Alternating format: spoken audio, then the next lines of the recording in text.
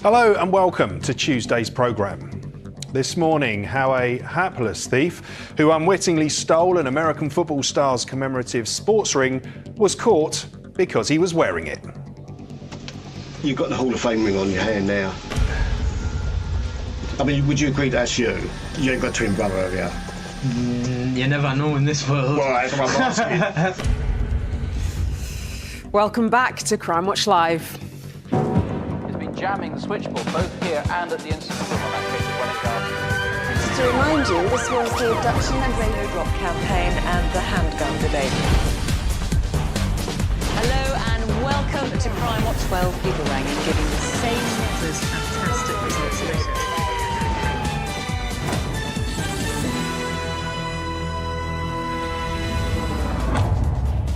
Good morning and a warm welcome to the programme, coming to you live from our studios in the Welsh capital city.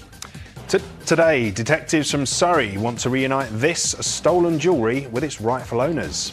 We're hearing how a woman groomed by gangs is using what she's learnt to help avoid others having the same fate. I got into a relationship with an older man when I was 15. He got out some heroin. Things got really bleak very quickly. Through working with Escape Line, I share my story with young people. And it's a remarkable story, isn't it? It really is a remarkable story. It's so powerful hearing her words. Plus, we are joined by officers from Thames Valley Police who have teamed up with Love Island's Georgia Harrison to educate and empower young people when it comes to consent. Look, so it's pretty clear, if just because you've sent flirty messages or sexting messages to someone, you don't have to have sex with them. Consent is key. As always, police and our team are ready to take your calls, so please do get in touch. You can use the QR code below. All you need to do is hover your phone's camera over the code and follow the link. Or you can call us on 08000 468 999. You can text us on 63399. Start with the word crime, leave a space and then write your message, or you can email us at cwl@bbc.co.uk. First this morning, last summer, an unknown man collapsed and died at a train station. Can you help detectives find out who he was? The British Transport Police are the dedicated police force to the railways in the United Kingdom. We police over 10,000 miles of railway track, over 3,000 stations, and ensure the safety of millions of passengers on a daily basis. We have specialist training and knowledge of the railway system. This could include incidents impacting the running of the trains, as well as crime, which can range from theft to more serious incidents like rape or even murder. We're also specially trained in dealing with vulnerable persons. Whilst we solve many investigations, there are some that we are unable to solve. It sometimes includes persons who have passed away on the rail network. Shortly after midnight on the 12th of June 2024, railway staff at London Victoria Station met a man who was sat on a bench. As the station was closing, they asked him to leave the station and they escorted him from the station. We're going to help you up, all right? 1, 2, 3, come on. 1, 2, 3, on your... All right, good. Now just follow us straight. You need some assistance out as well? Let's go, come on.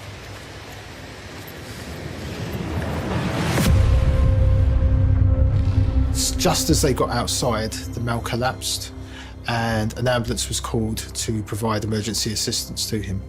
Sadly, despite their efforts, he passed away around an hour later.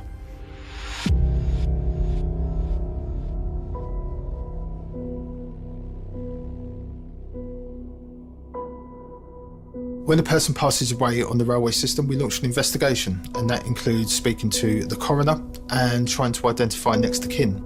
In this case, the person didn't have a mobile phone, any identification documents on them to assist us. We have no idea if the person is a British national or has travelled from abroad. We have no information on this gentleman whatsoever. He was between 40 to 60 years of age, a shaved head, tanned complexion, around 5'7" in height.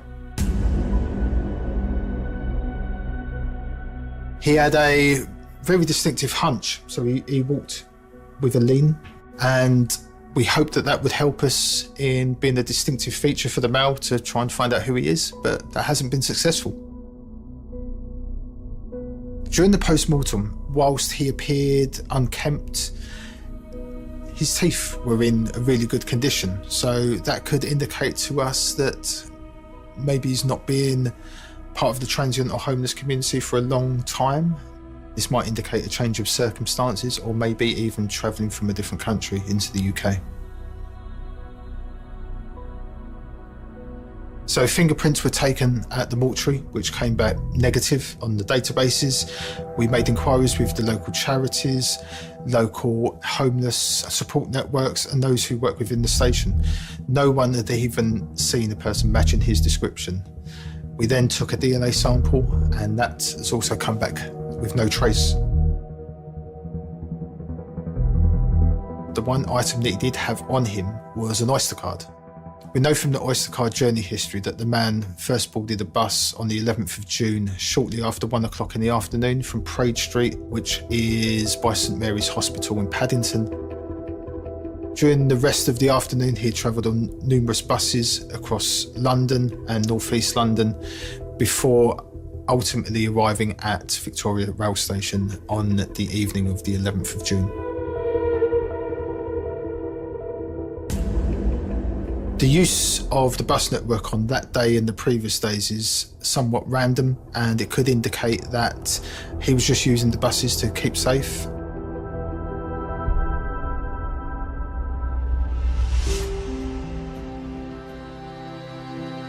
This is a really sad case for us. It's not often that we are unable to identify who the person is.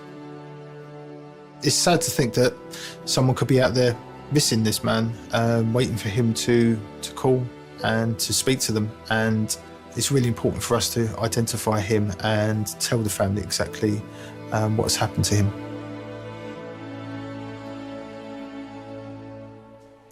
Yeah, we really want to help find some answers to this case. I'm joined now by Detective Superintendent Sam Blackburn from British Transport Police. Really good to have you with us this morning. Before we get into the details of this case, you were actually on Crime Watch last series, weren't you? Have you got any updates from the appeals that you mentioned then? Yeah, thanks, Michelle. What a fabulous update and kind of inquiries we got back following that appeal. You know, we do have 50 unidentified fatalities spanning 50 years.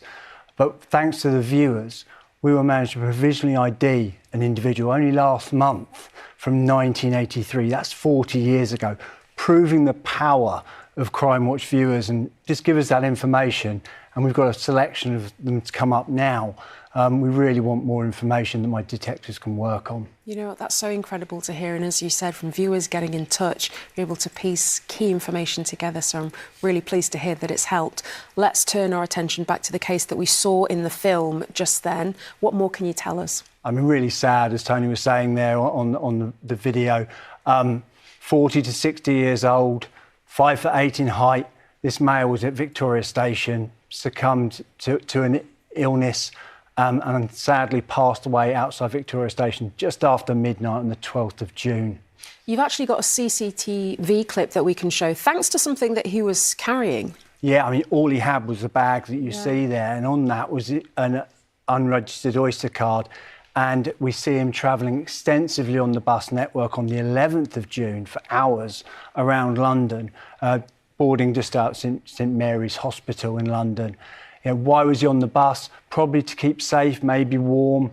But what we need to know is, does anyone know him? He's 5'7", as I say, but he's got a pronounced hunch, stoop, curvature of the spine, which would have made him quite recognisable and just after anyone who would have seen him around London. Well, it is quite a distinctive look, isn't it? Any other bits of description that you can give that might help jog people's memories, perhaps? Yeah, I mean, he's got a shaved head. I mean, you know, the age is quite difficult to guess, but it is that back, I think, that will really mean, if you're with local charities, homeless, you know, come forward. And he may not even come from the UK. Well, as you say, if anybody has any information, you'd urge them to come forward. There were some other unsolved deaths on the transport network that you've actually come in to talk about today. We'll start with the one dating back to 2010. Yeah, 2010, North Acton Station. I mean, none of these are crimes, unfortunately, but, you know, wearing a dark blue jacket, this male was, with khaki trousers and canvas shoes. But what's interesting about him is the extensive tattoos he had. They're kind of homemade tattoos almost, or not of the highest quality. And I would really be interested in anyone who knew someone who maybe had the eagle dragon on their chest, or the lizard on their arm with the banding around it, or the devil's motorbike, or the dolphins with the tribal marks around again on the arm. Those tattoos, I think, are very unique. Yeah. You know, if you knew a friend or a loved one or a colleague who had those tattoos, please come forward with a name and say, this was 2010. Let's go to our next one, which is from 1995. Yeah, 1995, St Albans Station, 4:45 in the afternoon. You can see the artist's impression of the individual there. Again, I'm picking up mainly around the tattoo on the right arm. And it's a poor quality tattoo there, but two swallows up and down, and then a banner in between, which would have said Maria or Marine on it. And again, I'm asking for anyone who knew anyone who had that tattoo, or maybe you were that Maria or Marine, and you can come forward for a name. You know, 1995, it'd be really good to put a name to this individual. And finally, from 1993, this case is. Yeah, no tattoos on this one, but Canley in Coventry, male, 25 to 35 years old, of large build, who's wearing a light blue polo shirt. This seems like an accident. He was on a steep embankment and was probably going to the toilet and has slipped down onto the railway track. Again, you know, 1993, do you remember someone around that time you didn't see before? Again, we really do want a name. Come to my detectives at BTP or www.mip.police.uk and have a look at our appeals. Sam, thanks so much for coming in and telling us more. So if you do know any of these men, and if you can help give them their identities back, then please do get in touch using the MIP website. The details are below. Still to come. Officers from Thames Valley will be telling us why they've joined forces with Georgia Harrison to empower young people on the topic of consent. Just because someone's consented to sex in the past doesn't mean they automatically consent in the future. You have to get consent each time. And I'm now with Temporary Chief Inspector Charlotte Lindsay, who is hoping to reunite this bounty of jewellery here with its rightful owners. Charlotte, welcome. It is quite a collection. How was it that police came to gather all these items in their possession? Yeah, so this was an amazing investigation into a series of burglaries that took place between mid-December and January, around 13 in total, across multiple counties within the country. And we were able to recover lots of property, including some that is here today. Some that's here. I mean, you say it's all over the UK. Let's have a look at the map here, because it really is, isn't it? It's from your force in Surrey, we've got London, Bedfordshire, Cambridgeshire, right up to Dundee. These are the ones that you know about, and of course there could be so many more as well. What do we know about the gang that was involved in all of these burglaries? Yeah, so we arrested 4 South Americans who are currently on remand waiting to be sentenced at the end of April. What they've done is they've come into the UK on holiday visas. They then rent out Airbnbs or book into local hotels, and they use vehicles to scope wealthy areas and identify the houses which they want to burgle. And then across that time, they go and burgle those houses and then move on to another area. So we know that there's that they've come from abroad, but there's a range of ages as well with this group as well, isn't there? Yeah, quite an age range. Yeah, the 4 that we identified range from the age of 30 all the way up to 50. You know, they blend in very well with the community. You wouldn't necessarily spot them out of a crowd. And they're career burglars. You know, they're over here for a purpose and one purpose only. And then once they've got their items, they then go back home and sell those items on. OK, but they didn't go home this time because they've been caught, which was some great police work. Yeah. The vehicles were involved in this crime, one of which we can see on CCTV now. How was that part of this investigation, Charlotte? Yeah, so that was the Astra, so that they'd picked up a few days into the investigation. They started off with an Insignia and they worked with a Mercedes. And what we were able to do is track them through ANPR work and CCTV, as you can see on the screens. And we were able to locate them going to certain areas and follow that route that they were taking. We actually managed to catch them after they did a burglary in Milton Keynes. We were able to stop the vehicle using some really good proactive tactics. And within that car, we found a lot of jewellery. That is fantastic. In the vehicle we just seen, there was jewellery in the boot of that, as was when you went to their premises that were controlling at the time. There was more there, some of which you've already given back to the owners of the victims from the previous burglaries. Yeah. But some of it is here in front of us now. I mean, it was described as like an Aladdin's cave, wasn't it? Yeah, it was an amazing amount of property, bags, jewellery, cash, filled the room, and it's filling the office now. Wow, so there's so many things now. As I say, a lot of it you have managed to get back to the victims of those 13 burglaries that you know about.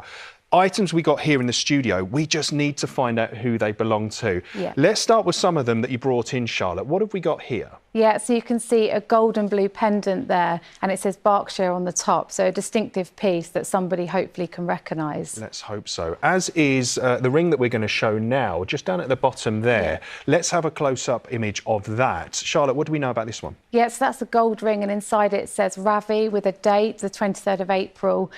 Someone will know what that means and who that belongs to. And a lot of these items, it's not just the financial value, it's the sentimental value that's so important to people. Like the pocket watch we're going to show now.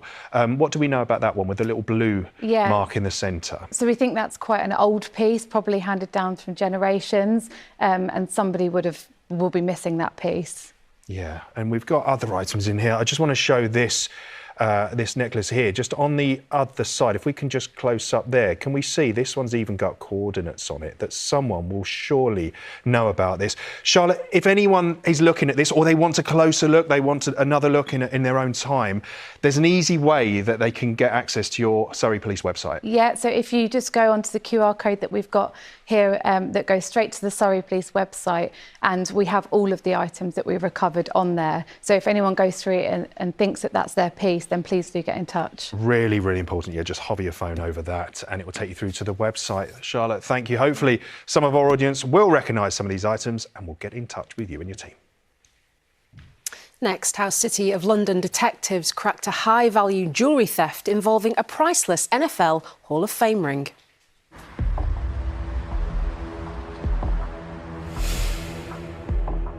This suspect was a career criminal committing burglary offences in hotels. £100,000 loss. It was my job to bring them to justice.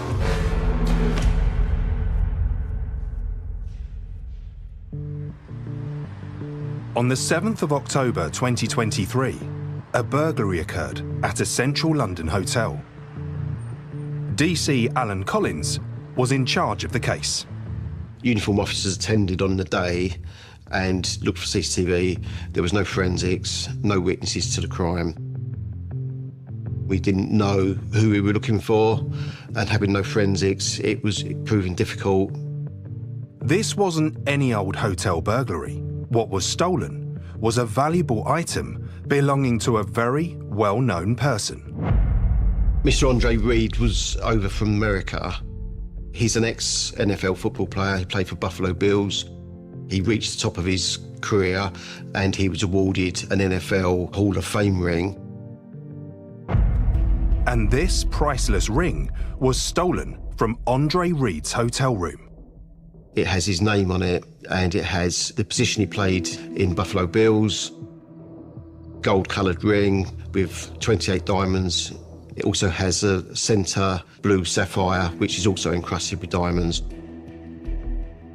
Mrs. Reed also had a Gucci handbag stolen, and they had both their passports stolen as well, which caused massive problems for them.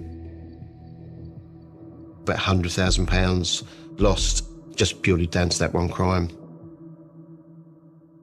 With no CCTV, forensic evidence, or witnesses, DC Collins' best chance at solving this was to locate the items that had been stolen. The main property which I was looking and searching for was the Gucci handbag and also the NFL ring. I knew the ring would be of significant value to a collector. On the 23rd of October 2023, a man attempted to sell the ring in a shop in Leeds.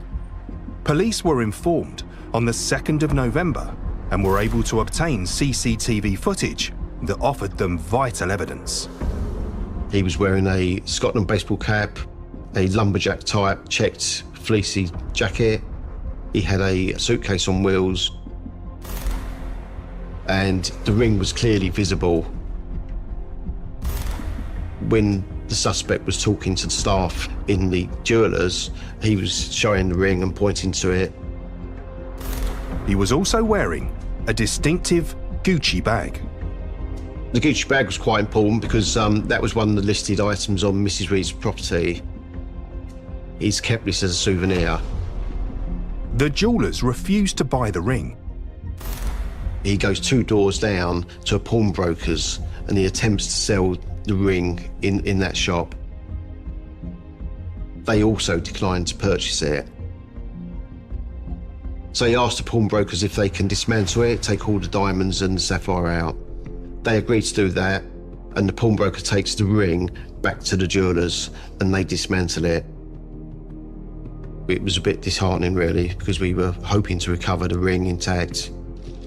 The police still had to identify who the man was and whether he was responsible for the burglary at the hotel. Stolen property sometimes gets handed around, it gets sold on, but the chances are, with him having 2 items, he probably was the suspect for the hotel theft.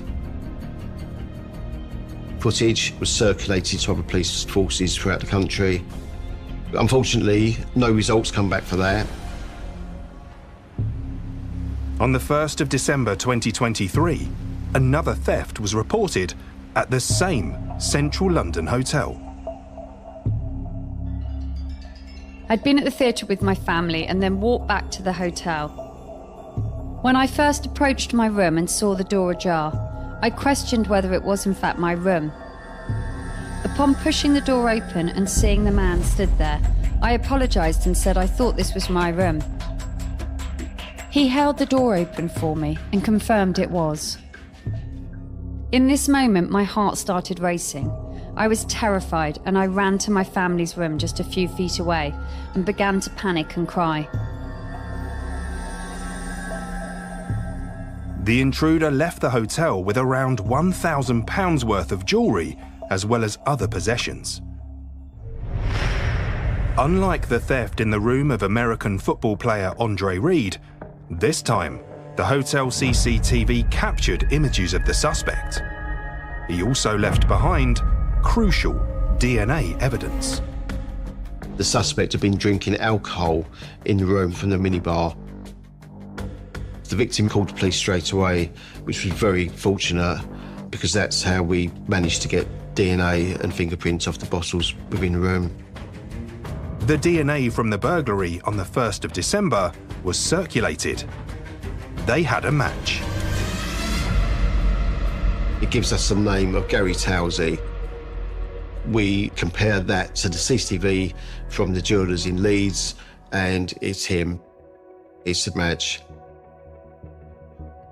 This was a massive break for us. Got multiple hotel burglaries, all linking to one suspect. DC Collins conducts searches around Towsey and discovers that back on the 2nd of November 2023, a month after the first burglary, Gary Towsey had been arrested in a stolen vehicle. A list of the property he had on him had been compiled. On that property list was a Gucci handbag. He was holding onto this bag as a souvenir. I still didn't know where Gary was. I've done various searches I then do what you call pins check to see if suspects are in prison. And it comes back that he's in Pentonville. I request a copy of his personal property, and lo and behold, the bag's listed on there. I scrolled down a bit further and it said Blue Stone. I gave them a list of the property I was looking for, and they produced an envelope. And within that, I was amazed to find all the stones. I knew that the gems had come from the ring. I was really excited about that. We had the blue sapphire, which is encrusted in the centre with what I believe to be diamonds. In addition to that, there was a necklace with NFL on one side and the Buffalo Bill logo on the other side. And I knew that these came from Mr. and Mrs. Reed. I had key evidence on Gary Towsey for all the crimes that I was investigating. On June the 4th, 2024, on his release from Pentonville Prison, DC Collins arrested Gary Towsey and brought him in for questioning. You've got the Hall of Fame ring on your hand now, but also you're wearing the victim's wife's handbag, the Gucci handbag. Did you try and sell the ring? No. I mean, would you agree that's you? Yeah. You ain't got a twin brother, have you? You never know in this world. Right, I'm asking. There's twins everywhere. He said he didn't steal Mr. Ring's ring, and he said he bought it off someone called Billy. I think Billy is Billy the burglar, myself. But he admitted to the other hotel burglaries where we had the DNA and the fingerprints for. He was very switched on the evidence we had. After the interview, he was remanded and taken back to prison the next day. On the 5th of June 2024, Gary Towsey pleaded guilty at court and was sentenced to 25 months in prison. I was too scared to stay anywhere but at home after the incident. Now I'm very wary. I'm happy he has been caught so he cannot put anyone else through this, and grateful to the hard-working officers that brought him to justice. But I'm still saddened by the whole experience, and it will stick with me for life. These are the type of jobs we come into policing for. We never lose sight of the victims throughout the investigations, and we want people coming to the UK and coming to central London to feel safe and secure. I mean, you really do feel for the victims impacted by crimes like that, don't you? Yeah, it's one that just has such a lasting impression, clearly, as we just heard. Absolutely. Good work by the team, though. Now, a survey of 18 to 24-year-olds recently suggested that only 28% recognise that if a person agrees to have sex whilst talking online, it doesn't mean they've consented to have sex if they meet up. It was upon reading this that our next two officers decided to take action. We're joined now by DCI Laura Corskadden and DI James Jackson from Thames Valley Police, who are here to talk to us about Consent Conversations. That's a campaign focused on educating and raising awareness around consent, especially for young people. And this is such an important topic, so thank you so much to both of you for coming in today. Tell us a bit more about the campaign, James, and how it was set up. Morning. Well, Laura and I have worked within investigating sexual offences for large periods of our career now, and it's very evident that there's a lack of understanding when it comes to consent, especially in those age groups that you talk around, the 18 to 24-year-olds. We wanted to raise awareness in those age groups, educate, empower them around consent, which can be quite nuanced. And the way we wanted to do that was to start those conversations and to educate them further. Nora, this is something that's really important for you as well, and was really important for you to get involved with. No, absolutely. You know, this is something that's really, James and I are really passionate about, and consent and reasonable belief in consent is always at the heart of all of our cases. And we found that when it comes to sexual consent, myths and false assumptions persist. So the investigations that we've dealt with and some of the survey results that we've talked about have had a massive impact on us, and we really wanted to do something about it. And you were looking at the data from a number of surveys, and that was quite surprising, wasn't it, what you saw with the attitudes towards consent. Let's just have a look at some of these now. So these have come from the CPS, and we've got one here that only 42% of 18 to 24-year-olds recognise that being in a relationship or marriage does not mean consent. I mean, that is huge in itself, isn't it? And we've got another one here that you've provided us today. Only 46% recognise that if a man has been drinking or taking drugs, he is still responsible if he rapes someone. Those are staggering, aren't they? And it was at that point, when you looked at all this data, you thought, you know what? We need to do something about this. Absolutely. We thought we can't be passive. So what we did is we teamed up with an incredible production company called Breaking Barriers. We wanted to produce some really engaging and really impactful filmed content. So we did interviews. We had conversations with people of that age group talking about consent. And we knew that to really engage with that age group, we needed someone to lead this campaign. So we reached out to Georgia Harrison, who is a really inspirational public figure. She's an advocate in this area, and she's been a real driving force. She's had her own experiences when it comes to consent-based offences. So she's been fantastic in leading and taking these conversations forwards for us. Yeah, so good to have someone like her as part of the campaign. We've actually got a clip from the campaign, so let's take a look. Look, so it's pretty clear, if just because you've sent flirty messages or sexting messages to someone, you don't have to have sex with them. And if you've even agreed to go and meet someone for sex, you can still change your mind when you get there. Consent is key. Powerful words there from Georgia. So important to just keep pushing that message to people. Were there certain places that you actually thought we want to spread this in this particular area, that would have more of an impact? So ideally everywhere. The videos that we've got short form videos which are great for social media, for getting those messages out quickly. We've got a documentary which we've shown in cinemas, which we can use in universities and schools as educational content.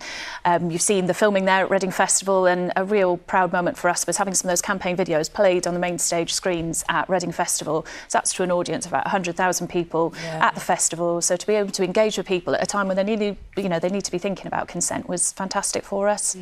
And James, that's something that really resonated with you, wasn't it? The festival environment, having with your police background, and you knew that this is a place you want to get this message out to. Absolutely. I've worked at the festival a number of times now over a number of years, and I've engaged with lots of festival goers.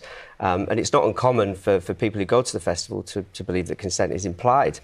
For example, if they've engaged in consensual activity early on in the day, that they can withdraw their consent later on in the evening. That there's a real misunderstanding around that, and lots of other misconceptions. But as Laura said, it was great that we got our video and we got the campaign out at the festival this year. It was on the main stage, and we have had a reduced number of reports of sexual offences within the festival this year. We believe that this is a large part of that. It's key, as you say, breaking down those misconceptions, and for people to really understand the nuances around this is key. Have you faced any challenges, Laura, when it comes to the campaign as a whole? So consent can be difficult to define. It's, as James has said, it's nuanced, it's not black and white. You've got to look at the circumstances, you've got to look at the context. We had to be really careful about language and about messaging. We worked with a lot of different groups, and for example, we worked with a domestic abuse support charity who talked about situations where in an unsafe relationship, it's not safe to say no. And in those circumstances, whether you've said yes, it's not freely given, that's not consent. We really wanted our campaign to be inclusive, to be representative for everyone. We want everyone to have a safe space to talk about consent. And with sexual consent, it's relevant regardless of your sexual orientation, your gender, your ethnicity, culture. Everybody's got the right to consent. It was really important for us to get that message out there. And I think probably one of the biggest things for us was we wanted to change that dialogue away from looking at the victim when it comes to consent, being really clear we're offender focused here. Absolutely. What's next, James? What's next for the campaign? Well, we want this to go everywhere. TVP have produced this, but we're happy for other forces to use it. We've been working closely with GMP. We want them to put that out on their websites and to promote it within their own arena. We've also worked with Pride. They've created consent tents that are going to be out within the festivals over the summer. We're going to work again with festivals. We want to go into universities, into colleges, into school to educate as many people as we possibly can in and around the consent issues. Covering all bases. So many people would benefit from this. It's a fantastic campaign. I wish you all the very best with it. And if you want to find out more about these videos or the Consent Conversation campaign itself, log on to the Thames Valley website and search for Consent Conversations. Now it's time to hear how a woman who'd been groomed and exploited by County Lines gangs is using her experience to help others escape a similar fate. For parents, they believe, oh, it won't happen to my child. when in reality, any child can be targeted. Absolutely any child, doesn't matter their background, gender, age, it really doesn't matter. Escape Line is a charity, and our predominant role is to prevent children and young people being exploited by criminal gangs known as county line gangs. It's an illegal drug business, and the reason they call it county lines is they spread out across different counties across the country. Our predominant service is prevention. We teach children what to look out for and, most importantly, how to keep themselves safe. We are definitely seeing children getting younger. When I first set this up, I would say the average age was around 14, 15. But our actual youngest is 6 years old. Fortunately, that's rare, but it does highlight that they are targeting a lot younger children. As well as an increase in younger children, we're seeing an increase of children that are coming from loving, caring homes. You would not expect them kind of out doing drug running, and that's exactly why they're being targeted. One of our project workers, who does an amazing job for us, was sadly targeted at 15 years old by a drug gang.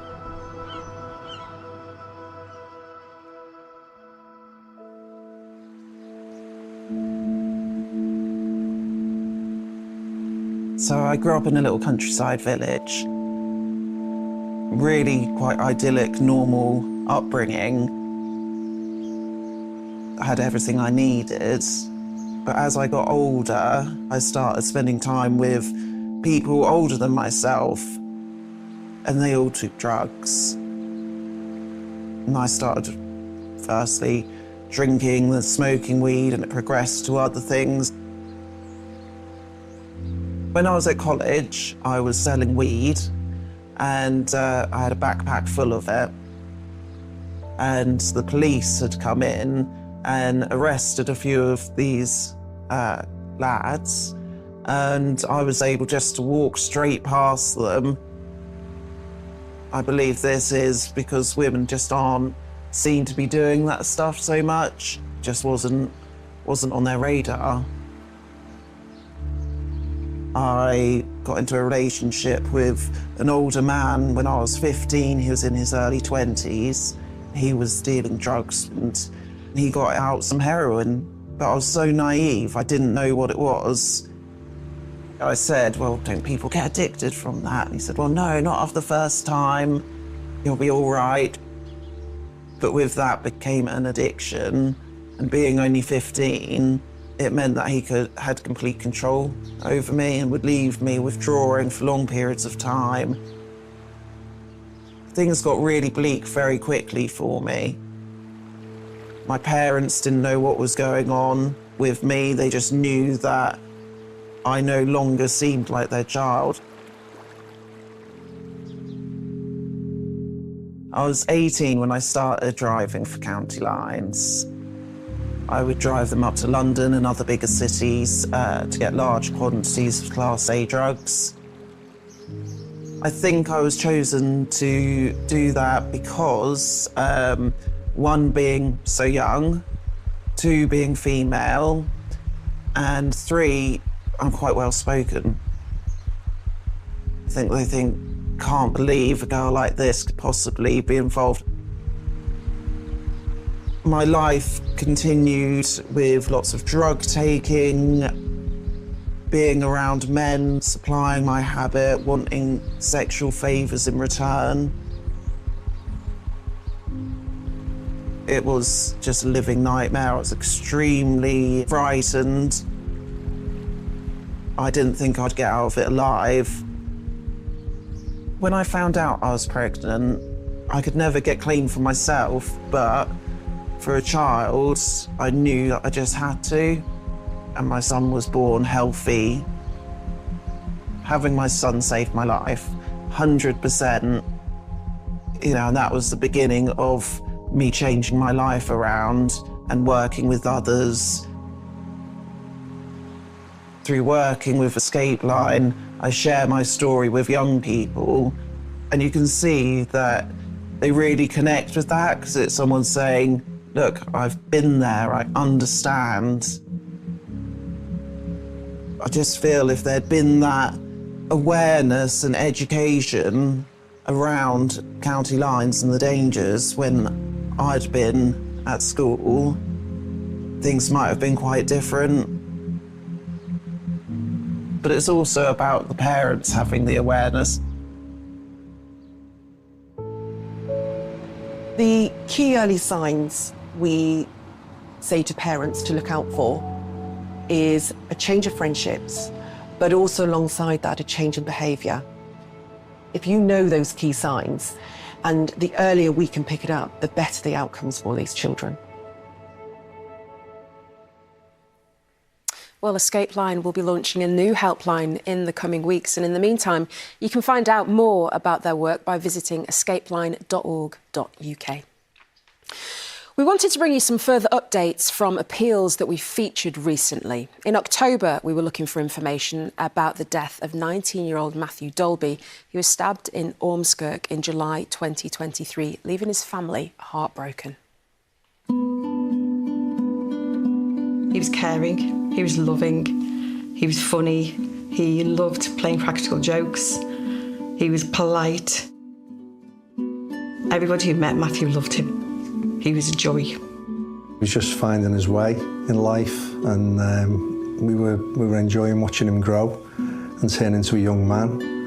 And you know, that's one of the hardest things about the situation we're in at the moment. Well, police were keen to trace a man who they believed was abroad. Following the appeal, Thomas Jerez attended a police station in Greece where he was detained before being extradited to the UK in January. He's now been charged with Matthew's murder, and the trial is due to begin in July. Now it's time for today's Wanted Faces. Police in the West Midlands have charged this man, Mark Anthony Williams, with threatening behaviour and want to question him about several other offences. He's 56, has a 1-inch scar on his right knuckle. Police say he has links to the city centre of Birmingham and is often seen near train stations, bus and tram stops. They also say he frequents Walsall city centre and Sutton Coldfield town centre. Next, we have Liam Stokes. He's been recalled to prison for breaching the conditions of his licence. He's 28 and has links to Hull in East Yorkshire and also to Dorset. Or what about Jonathan Hamer here? Cumbria police have charged him with burglary, but he's now gone to ground. He's 39 with a horseshoe-shaped scar on his left arm. He also has a tribal tattoo on his right arm. And last for today, we've got Daniel Kavanagh. He's been charged with conspiracy to supply Class A and B drugs. Cumbria police also need your help to locate him after he failed to appear in court. He's 31 with distinctive red hair and a beard. He has an Irish accent. So, if you spot any of these men or any of the other faces from last week, then do get in touch. Our contact details are on your screens now. Now, I should just tell you, we have had a lot of calls about that stolen jewellery today, and if you missed the appeal, you can catch up on iPlayer for up to 30 days after broadcast. And if you've been affected by any of the issues raised today, help is available at BBC Action Line. Tomorrow, murdered by someone he trusted. We find out what happened to Ian Coots and how a determined team of detectives caught his killer. I've seen many dead bodies in my career, but never one in this condition. This individual definitely had a story to tell. We will see you tomorrow morning for that and more at 10:45 a.m. Bye for now. See you then.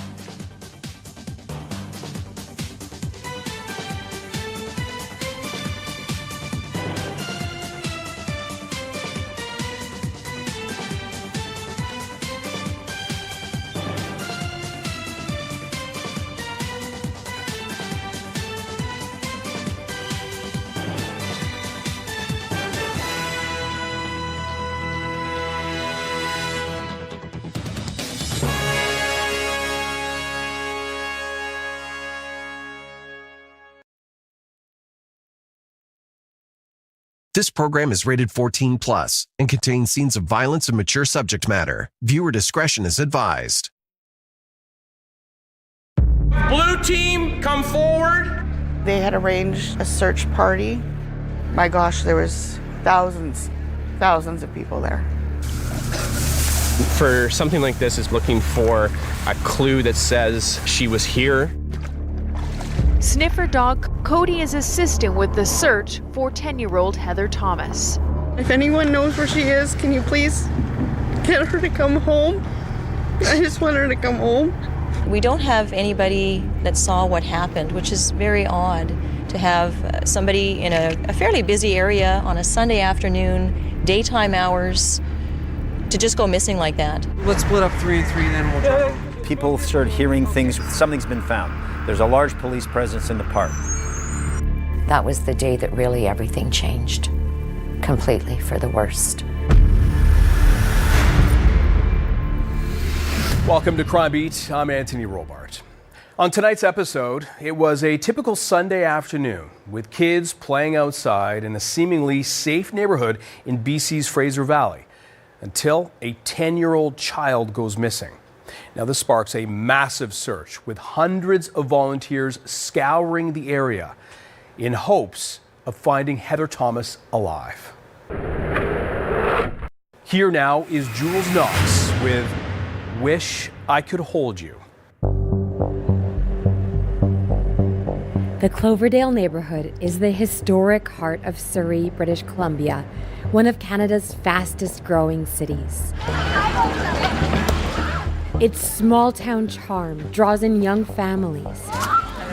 Behind busy streets, kids play in the safety of their homes, like this condo complex on 60th Avenue, known as Clover Park Gardens. Sunday afternoon is extremely busy. Across the street on 60th Avenue was the Cloverdale racetrack, and they would have a flea market in the open parking lots, probably 150 stalls or so of people selling their wares, so there was a fair amount of traffic in the area. But across the street, the green grounds of Clover Park Gardens felt tucked away from traffic. And on this mid-fall afternoon of October 1st, 2000, the yard was full of children's laughter until it wasn't. Heather and her brother Chris were playing. They were scheduled to go back to Mom Jody in Newton at around 5:30 that day. 10-year-old Heather Thomas and her little brother Chris had been visiting their dad for the weekend.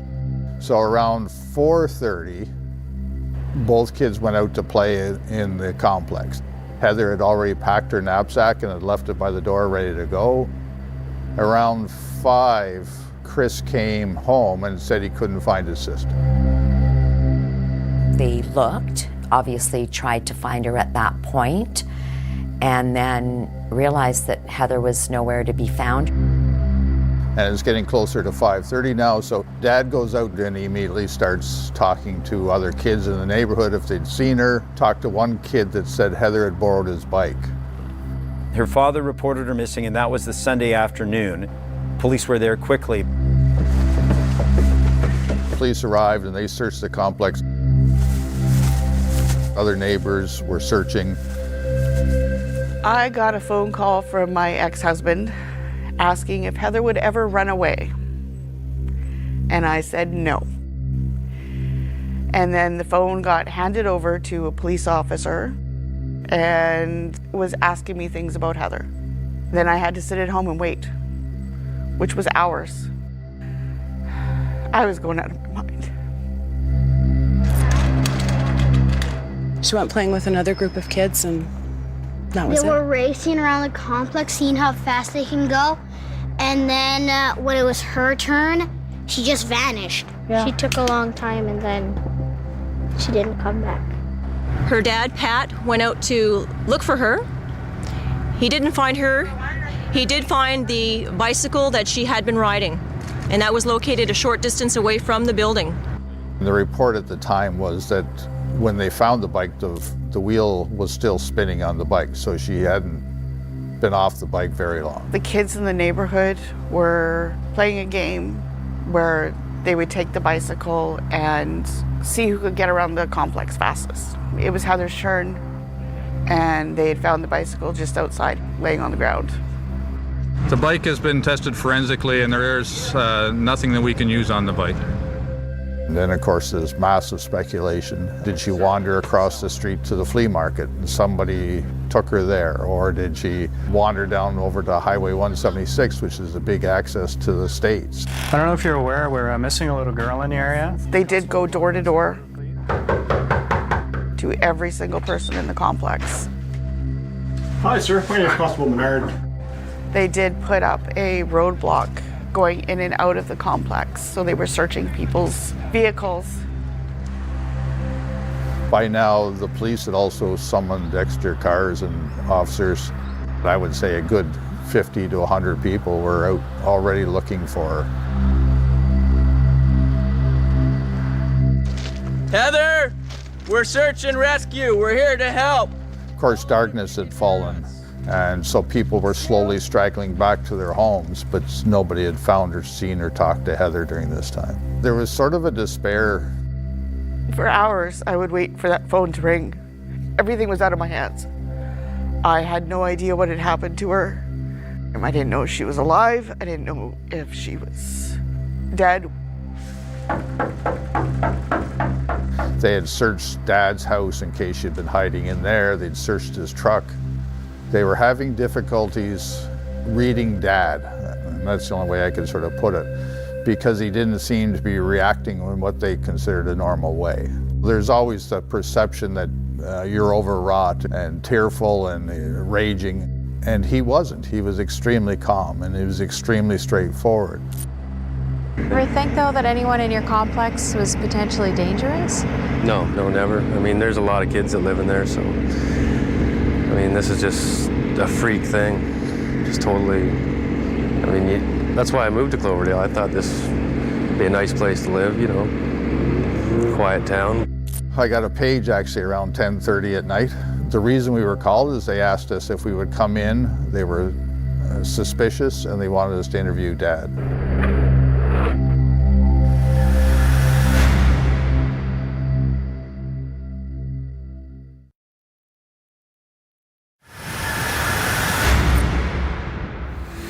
Welcome back.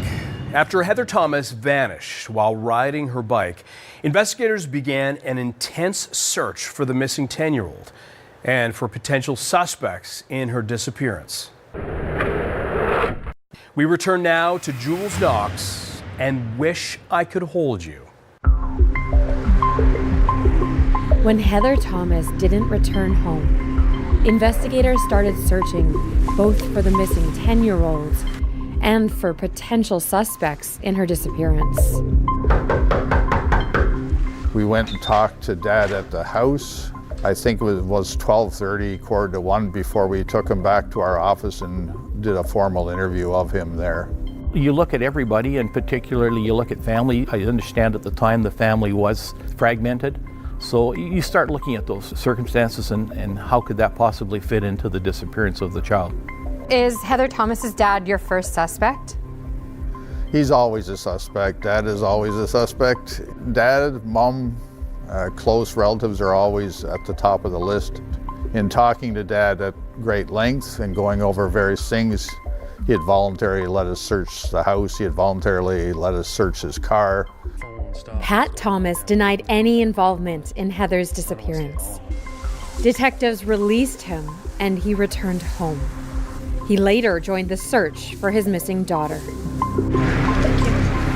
The next day, people, without the call for assistance, they were just showing up. The public were showing up, and they were showing up with their dogs in tow, with their hiking boots on and a walking stick, and they were prepared to search. Anyone in this world would want to come out and try and find something. I can't imagine for anything in the world what it must feel like. I was truly shocked to see how many people really cared. They had arranged a search party. My gosh, there was thousands of people there. Blue team, come forward. I kept hearing all night how many people were going to be here, but this is absolutely wonderful. I mean, I don't think there's enough good people out there, but I mean, they're all here.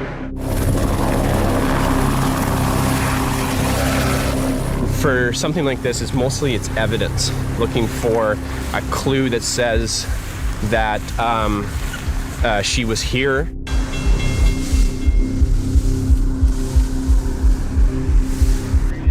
Sniffer dog Cody hangs off the end of an inflatable boat. Able to detect the scent of bodies underwater, Cody is assisting with the search for 10-year-old Heather Thomas.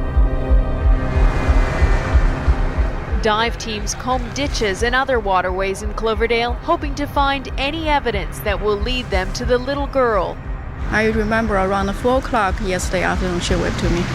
I went out across the street to the flea market. She was just around here, and she waved to me. Search and rescue, as well as the RCMP and other agencies in the community, spent most of the night searching for Heather, and so far we haven't located her. If anyone knows where she is, can you please get her to come home? Phone someone. But she knows not to talk straight. I've always told her we sit down once a week. I always let her know not to do that. I just want her to come home. We had 10 search and rescue teams from everywhere from Washington State to the North Shore of the Okanagan. Heather and her brother were at their dad's for the weekend, and their mom, Jody Aspen, said the last time she saw her daughter was like any other. I hugged her, told her I loved her. They got in his truck, and she had turned around and waved. She was gorgeous, extremely caring, and she loved animals. She loved her brother. It was her best friend. She loved playing with her stuffed animals, her Polly Pockets, and if you ever went in her room and moved anything, she would know. Everything had a place, and you don't touch her stuff. This home video shows Heather at age 6, the blonde wig part of her Halloween costume. Today her bedroom is full of gifts, which her mother says will be kept for Heather until she returns home. We never believed for a minute that she had run away. She wasn't that kind of a child. She was a rule follower. Honestly, I was really hopeful that someone just took her because they missed their own daughter. I know that sounds stupid. And I thought I'd get her back. We went to elementary school together. That's me and her and my sister, and we have a cake in the middle of us that we won at our school fun night. She was very sweet, innocent, kind. She had her own style with her necklaces. We used to write each other notes in our diaries and then trade them. The day after she went missing, it was a school day, and I remember the teachers talking to us about it. I was pretty sheltered as a child, like I didn't know bad things like this could happen to people, especially children. I mean, initially I just thought she was gonna come back. Let's split up 3 and 3, then we'll talk. We don't have anybody that saw what happened, which is very odd to have somebody in a fairly busy area on a Sunday afternoon, daytime hours, to just go missing like that. Obviously, people that are sex offenders have recently been released from incarceration. You start looking at those right off the bat. I first run through it all. I think there was over 500 sex offenders in the Surrey area. So that's when we started narrowing it down.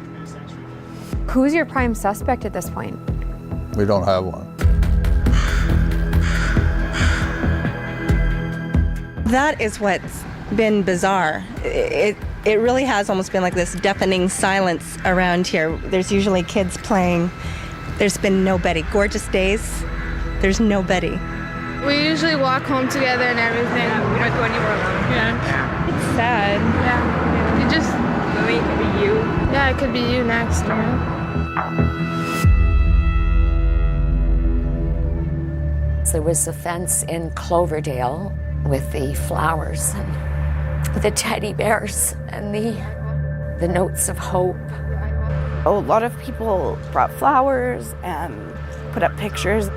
I remember someone had put up a picture of Heather and I told my mom, I want you to take that down, because I was scared that whoever had taken her would come after me too.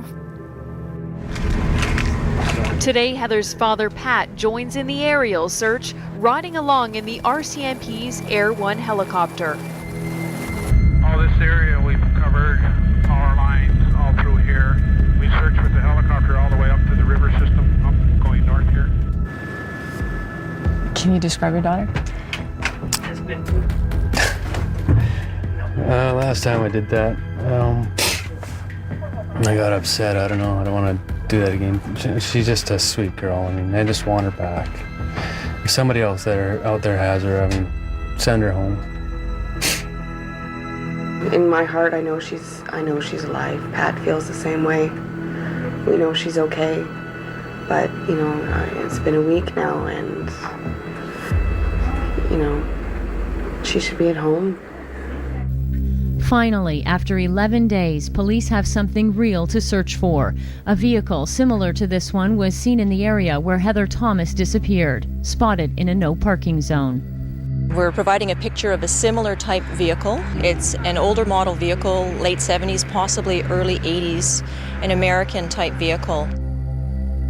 Tips continued to roll in as the days since Heather's disappearance ticked by. I think by 3 weeks in, we probably had 5,000 tips and at least 70 psychics that were calling in and telling us where she was.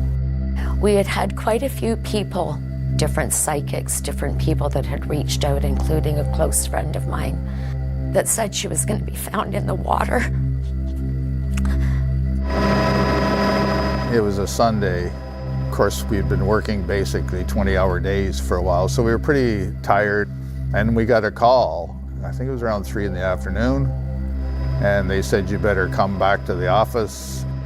3 weeks later, and you just heard it. Again, tips. People started hearing things. Something's been found. There's a large police presence in the park.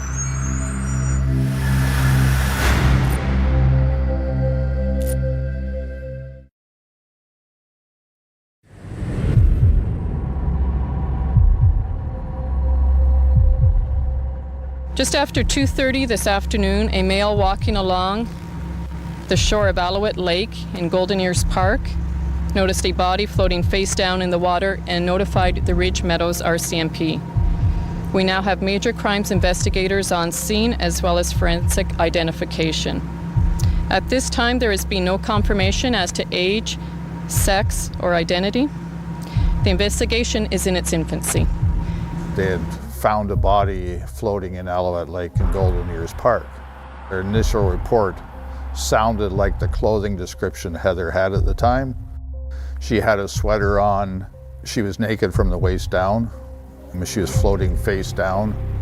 We couldn't tell for sure it was Heather because of the decomposition, which also led us to believe that she'd been in the water for quite some time. And the water was extremely clear at that time, and under the water was also a Windwell hockey bag. When we pulled the bag out, there was a couple of large boulders that had been put in the bag to weigh it down. We believe she had floated free of the bag at some point in this process. All I was really told at the time, because obviously I was hysterical as well, was that some hikers had walked by in Alouette Lake and had found a body floating. And they were going to confirm that it was Heather. I cried so hard, I collapsed. Of course, my mind is, why would she be so far away? I wanted to know how my little girl got there. The worst nightmare that anyone has to wake up to.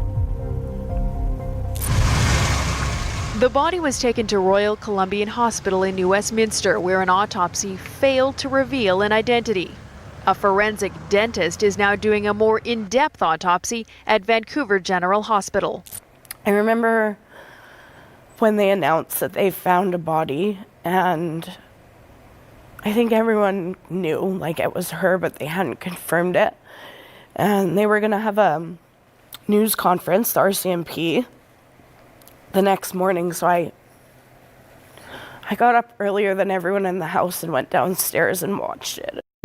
The autopsy on the body located in Alouette Lake yesterday has been completed. Through dental examination, the identification of the body has been positively identified as Heather Thomas of Surrey, British Columbia. I just remember feeling numb. I had already put up a wall at that point. You know, I had a lot of survivor's guilt. That was the day that really everything changed completely for the worst. It had been bad up until then, but now it was a living nightmare because our search was over. The first thing I had to do was tell my son. That was really hard. I sat him down and I said, you know, Heather's been gone for a while. Yeah. Well, it turns out a very bad person took her. And he goes, okay. I said, she's never coming back, buddy.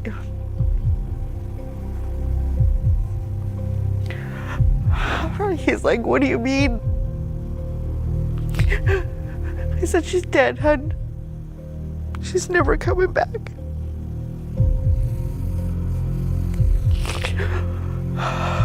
And I can tell you that we'll obviously be looking at whatever forensic methods that we can use to help uncover the suspect in this case.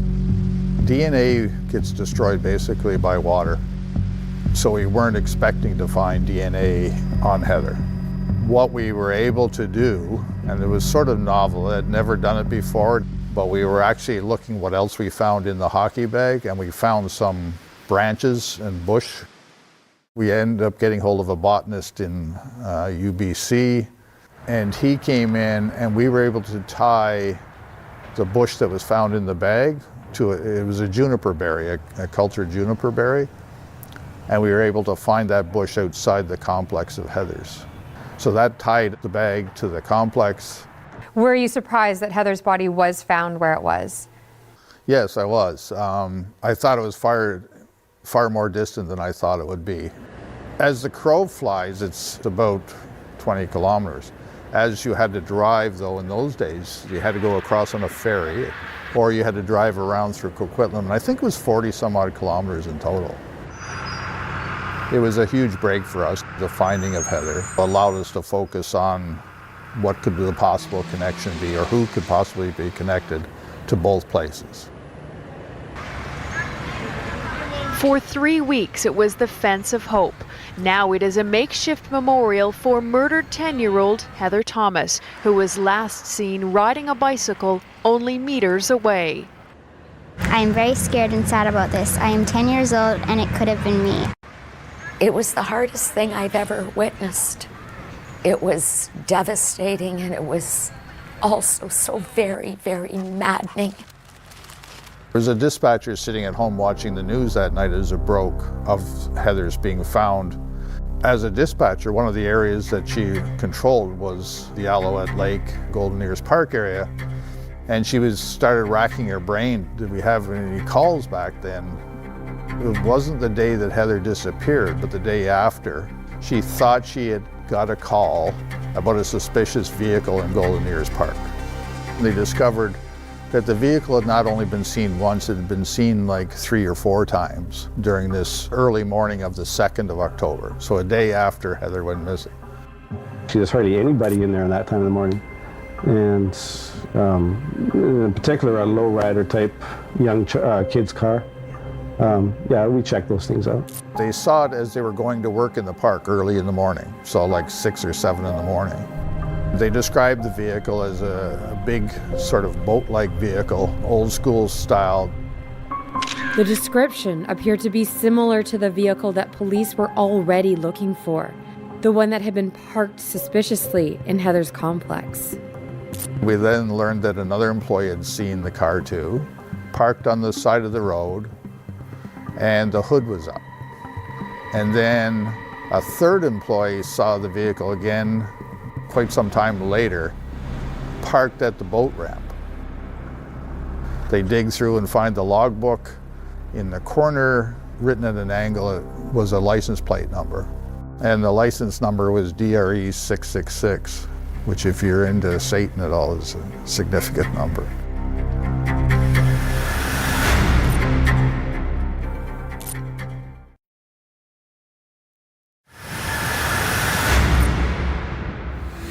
Welcome back. After the body of 10-year-old Heather Thomas is found in a wilderness park, investigators get a break in the case. Park employees recall a suspicious vehicle seen in the area around the time she disappeared. We return now to Jules Knox with Wish I Could Hold You. We then had a plate number for this vehicle. So that got us off and running. We ran the plate, obviously. It came back to a Vernon address, came back to a Shane Ertmode. On the 2nd of October, he had renewed his driver's license, and his new driver's license showed the address of the complex in Cloverdale. That's a huge break. Yeah, it's huge, yeah. Had Shane Ertmode already been interviewed by police? Yes, in our neighborhood inquiries where we had actually knocking on every door, we had actually talked to Shane Ertmode at that time. I think he had indicated he'd been at the movies. No criminal record. So what we had was suspiciously driving in Golden Ears Park on the day after, and we had him living in the complex. Yeah, he's a good suspect, but we have no evidence. As homicide detectives started investigating Shane Ertmode, they reviewed his file and saw that he'd reported a break-in at his condo the day after Heather disappeared. The thing that we took from it, I interviewed the ident officer at the time.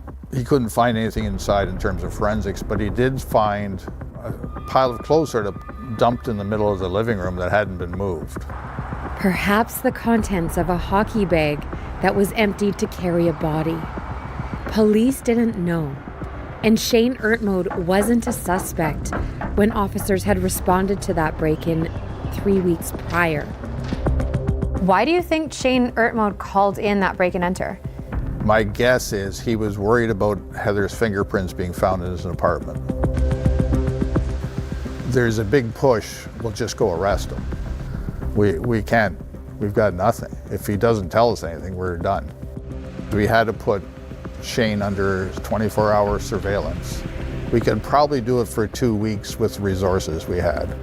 And we ended up getting what we call general warrants, which allowed us to surreptitiously enter into his condo. So we were able to dress up 3 or 4 forensic guys looking like construction workers, and we were able to go into his apartment. Inside a desk drawer, he had all his receipts. But over to the side, he had 2 receipts that were sort of separate from the rest. And they were both for October 1st.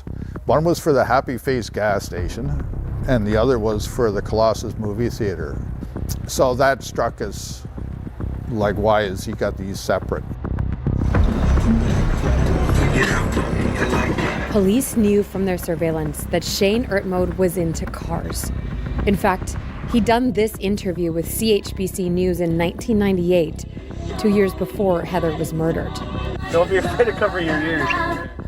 At the time, Ertmode was living in Vernon and speaking out against the city's new bylaw targeting car stereos and loud music. Feels good, you know, like you can feel it all over your body, and your body shakes, and people like music, and so it's a good way to relax. Yeah, these are 2 12-inch subwoofers. They're powered by the big amplifier right there.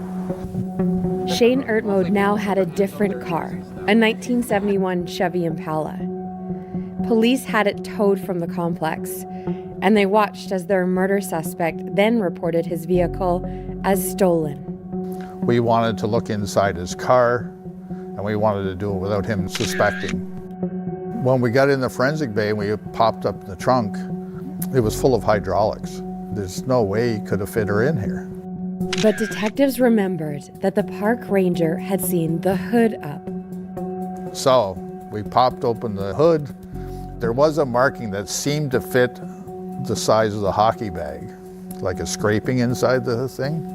And we proved you could fit somebody in there.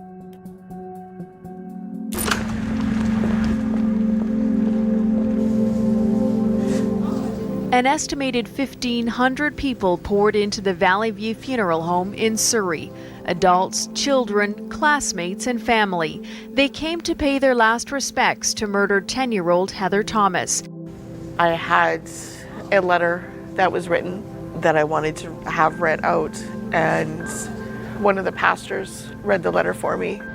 My dearest Heather, from the moment I knew I was pregnant with you, I knew I had been blessed with a very special gift. Your precious life was taken from us, and we will never be able to watch you grow up. Anyone who was blessed with knowing you has been touched by a real angel. And then when we were taking Heather down to where we laid her to rest, everybody outside, all the way,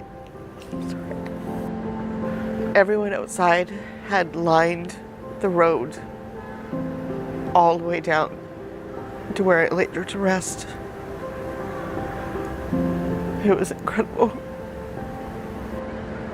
On November 3rd, 2000, a month after Heather Thomas was abducted and murdered, police moved in on Shane Ertmode.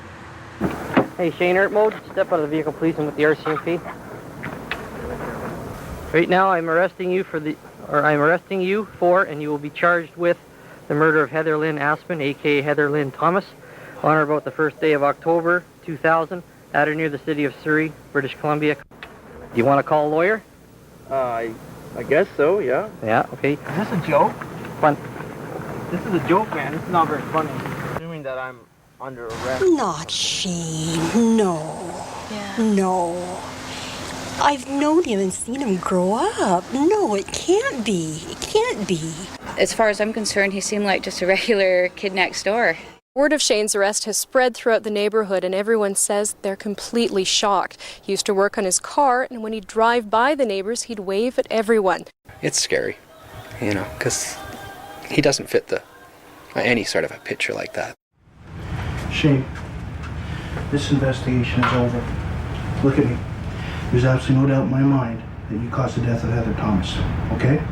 Now, having said that, I'm still the guy that wants to hear the truth.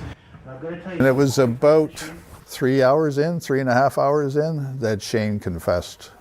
Had you planned this out in advance, or was it just like it just happened? It just happened? I'm glad you told me that, Shane. I'm so proud of you right now. I'm so proud of you. It's okay. Did you feel bad after? Yeah? Suicidal? You felt suicidal? Heather was lured to his apartment to talk about birds. Heather loved animals. Heather was trusting, she was kind. She came into my place, yeah, and started talking, and before I knew it, it was over, it was done. Yeah. I didn't know what I was doing. Yeah. And then I panicked. He enticed her in with the bird story. He got her on the floor. Did you just want to get close to her and hold her? Yeah. Yeah. And she wouldn't let me. She wouldn't let you? Okay. And then what happened? It's like panicked. You panicked? Yeah. You hit her? Did you hit her, Shane? No, I didn't hit her. What did you do? What did you do? It's okay. Strangled her. You strangled her? Did you use a rope or did you just use your hands? Your hands? Mm. Did you like rip at her, or was it just soft strangulation? Soft. Just soft strangulation? Yeah. He had pulled her pants and underwear off, was trying to rape her. He uncovered her mouth. Were you throwing her around violently, or were you just holding her? Just holding her. Okay. And then what happened? Before I knew it, she was dead. I didn't mean to hurt her at all. I don't mean to hurt anybody. And then he methodically put her in a hockey bag, a sports bag, which to this day I cannot look at a sports bag without it triggering absolute horrific memories in my mind. Where did you hide her when you went to get your alibi set up? In my car. He came out through an entrance where he ran into the juniper berries. Pulled around to the back of the complex. She did have a burn mark on her body from being underneath the hood of the car, I was told. He had to get rid of the body. So he was driving along and he decided to try and create an alibi. And there was a big theater, multiplex theater called Colossus in Langley. And he decided to drive in, buy a movie ticket. One of the receipts found set aside during that secret search of Shane Ertmode's home was for a ticket to a showing of The Exorcist. The Colossus is a reasonably new theater, it's very modern, and it had surveillance cameras. And they had evidence and video of him walking into the lobby of this large theater, buying a ticket in a machine, and walking out. Then he went to Golden Ears and out to the park, and he put her in the bushes. He then drove back, spent the night, went out the next morning. He was convinced by this time that he had to move her, that she wasn't in a good spot. The day after Heather disappeared, an officer checking license plates clocked Shane Ertmode leaving his condo complex at 5:30 in the morning.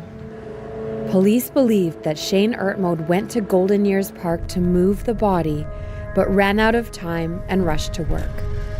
A couple hours into his shift, he complained of a headache and left. Went to, I think it was a Canadian Tire store, and bought an inflatable raft. Drove back. He takes her to the boat ramp, where he was seen again by the park staff. Puts her in the dinghy and paddles out into the middle of the lake and dumps her into the lake. So Shane Ertmode had Heather's body out of the apartment complex, likely before anybody even knew she was missing. Yeah, within 20 minutes of killing her, which would have happened within that hour. Despite his lengthy confession, when Shane Ertmode's case went to court, he pleaded not guilty.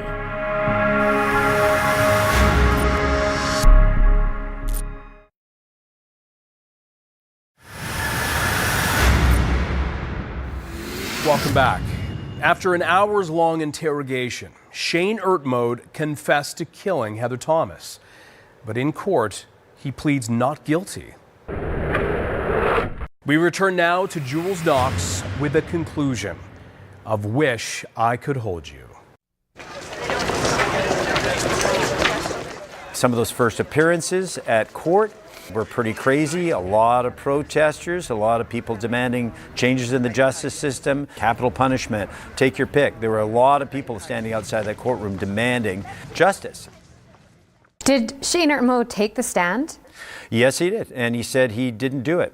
All I know is he did confess to doing it on the tape. And that's what I'm going by. I believe Shane is innocent, and so does the rest of his family. We'll know as the case progresses. This is the first opportunity that we've had to hear his side of the story. The jury watched the interrogation video, although parts of it were held back. Started to scream. Put my hand over her mouth and I guess over her throat. And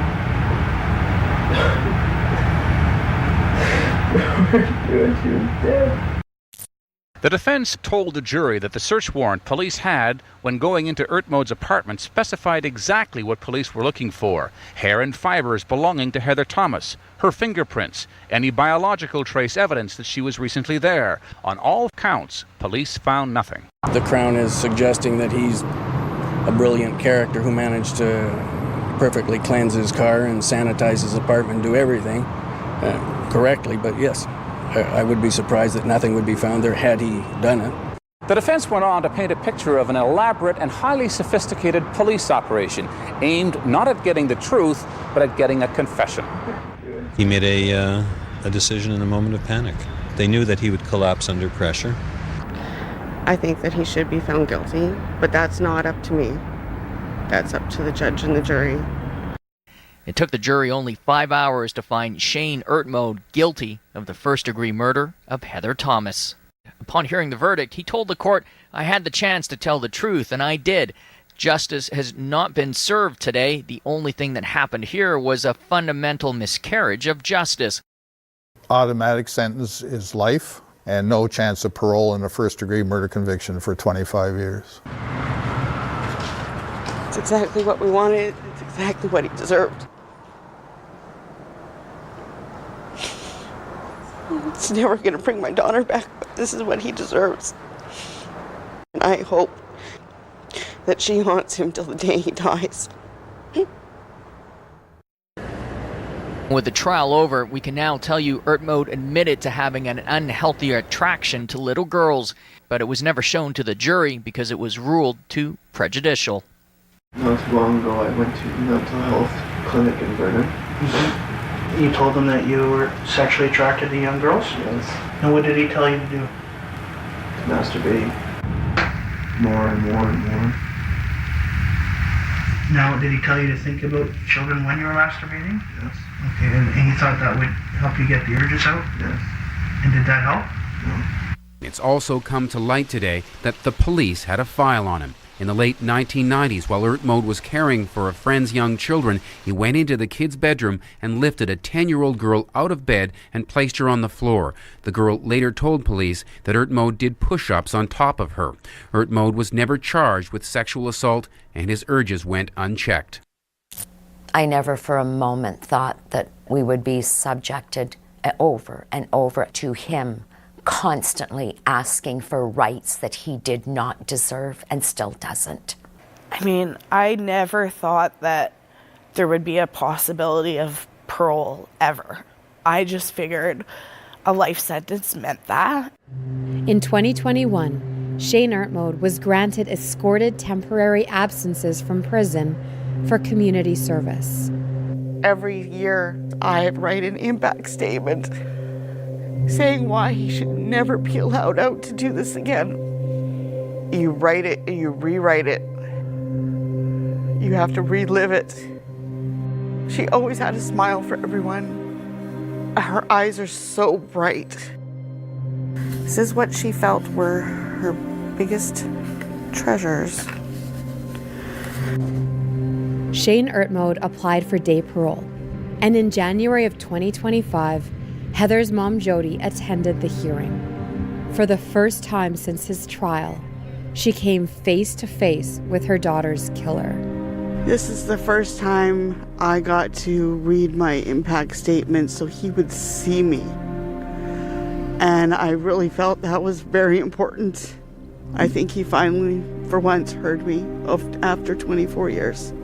To actually hear him admit to all of us in the room, yes, I killed her. I needed that. Shane Ertmode was denied day parole. He'll be eligible for full parole in November of 2025 when he's 47 years old. I did this for my daughter. This is all for my daughter.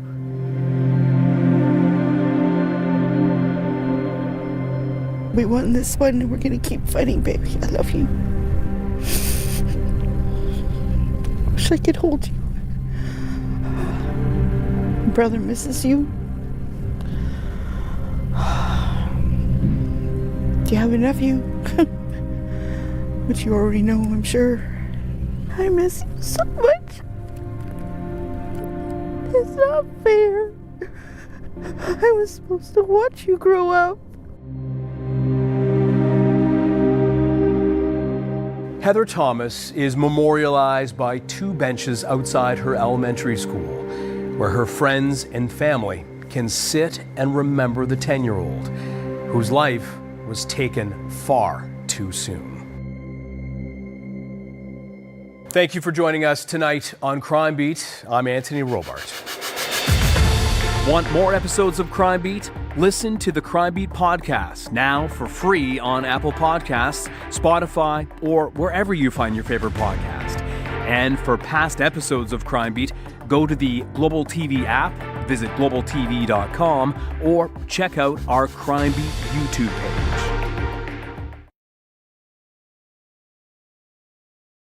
This program is rated 14+ and contains scenes of violence and mature subject matter. Viewer discretion is advised.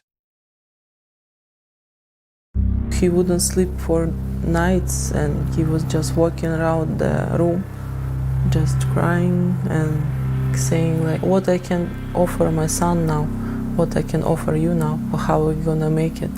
This is the back entrance that they walked in, and that's when I first heard the first shot. As I was standing here, I heard, I swear to my mother's grave, I will pay you back. Please calm down, put that down. I was out for a walk and somebody texted me the news that there had been a shooting at Mallard Road. And as soon as I saw that there had been a shooting at Mallard Road, I knew exactly what had happened.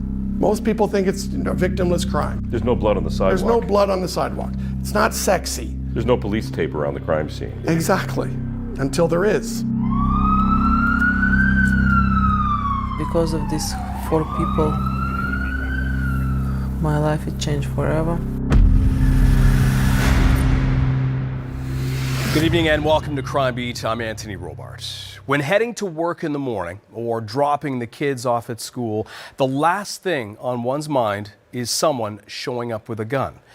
But that sense of security was shattered for one Toronto community in June of 2024. Here now is Sean O'Shea with deadly retribution. June 17th. Yeah. How did that day start for you? There were tons that I was shooting that day. I'm sitting there in my office and I hear a big bang. And the bang was so loud and it was, I mean, it's unbelievable, but I felt the wave hitting my face. You know, it was that sort of bang. Got up from my chair and went to the door by the corridor, and then I heard, you know, shouting and quarrel and, you know. How many voices in that argument do you recall? One. I was hearing one shouting. So I thought, oh, okay, it's none of my business. I went back to my seat behind my desk, you know, continue my work. Didn't come to my mind that that was a gunshot. We have breaking news to lead us off tonight with Toronto police after a shooting in Don Mills. That's right. Police were called to Don Mills Road and Mallard Road at around 3:25 p.m. Now, that is located between Lawrence Avenue and York Mills Road. There are 2 schools and a daycare nearby. Let's go live now to our Sean O'Shea, who is at the scene for us. Yes, we're at a daycare, and there are 2 schools. There's Northmount Middle School, there's Westfield Secondary School, and of course St. George Mini School and Infant Care. And it's those little kids who were in lockdown. Anxious parents were outside waiting to be reunited with those children, not sure whether they were okay. They're taking our name down and then they're evacuating the daycares first. Okay. We're just waiting for them to bring our kids outside, and that's all we know. We don't know what happened. Pretty emotional here. These are the little kids coming back out. You know, these parents have been waiting for some time to find out if their kids were okay. Lots of tears, lots of hugs, lots of hope that everything was going to be okay, because witnesses had heard about those shots fired. They knew something had gone wrong, and they just didn't know who was safe and who was hurt. And according to a witness, there was some kind of a disagreement which resulted in a series of shots. I heard the shots first. Then I came out, quarreled. Then I went back to my seat.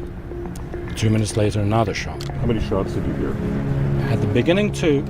And when I came out and when it all ended, 5, 6, I think. Can you tell us anything about the argument that you overheard? I have no idea. I got no idea what it was all about. And I was too afraid, to be honest with you, too afraid to go forward and see what's going on, because the guy had a gun.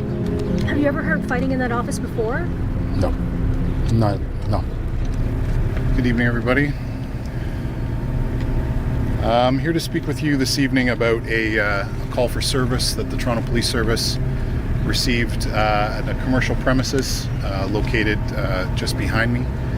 At approximately 3:25 p.m., we received a call for service in relation to sound of gunshots. Officers attended quite quickly.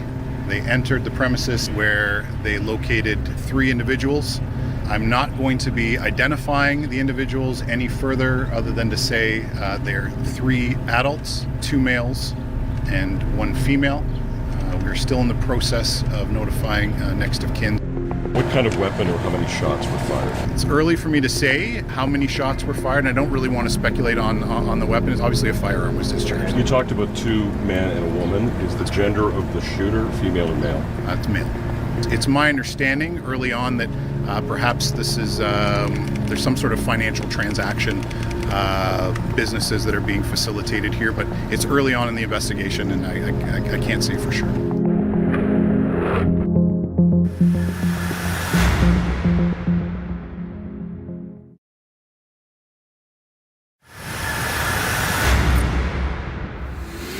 Welcome back to Crime Beat. On June 17th, 2024, Sharak Biniaz was working in his photography studio down the hall from his friend Arash Masagi and Masagi's employee Samira Yousefi, when suddenly Biniaz says he heard an argument and then gunshots.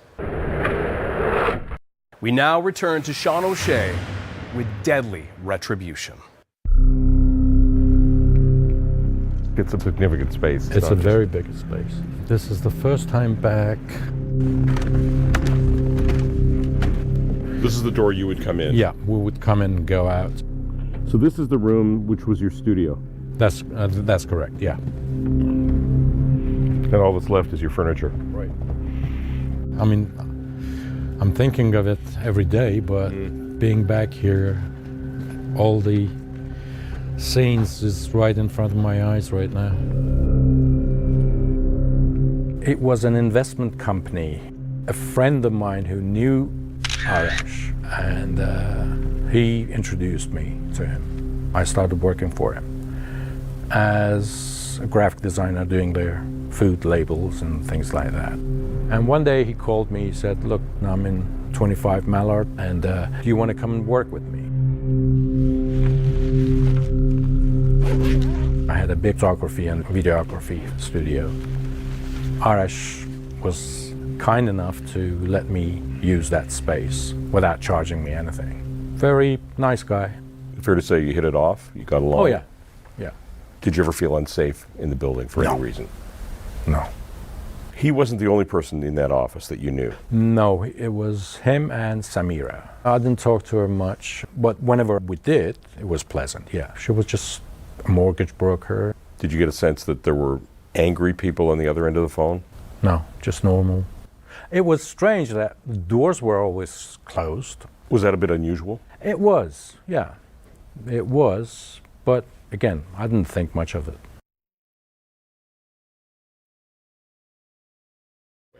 So 2 months prior to the incident, I had bought a drone. You know, I thought best place to practice it, you know, with joystick and all that, would be in my office building. So this is the area, this is the entrance, the back entrance that they walked in, and the back door which they entered is here. Arash sort of opened the door. I think he was waiting for him in the parking lot, and then as soon as he sees Arash, he pushed him in, and then he fired 1 shot. And that's when I first heard the first shot, which was very loud. Samira heard the shot as well. She walks out. He directs both of them towards this corridor.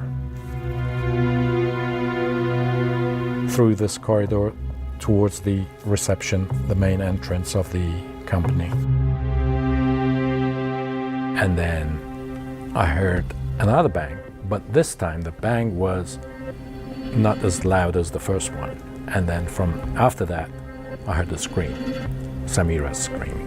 Just scream, and she was her voice was really, scared.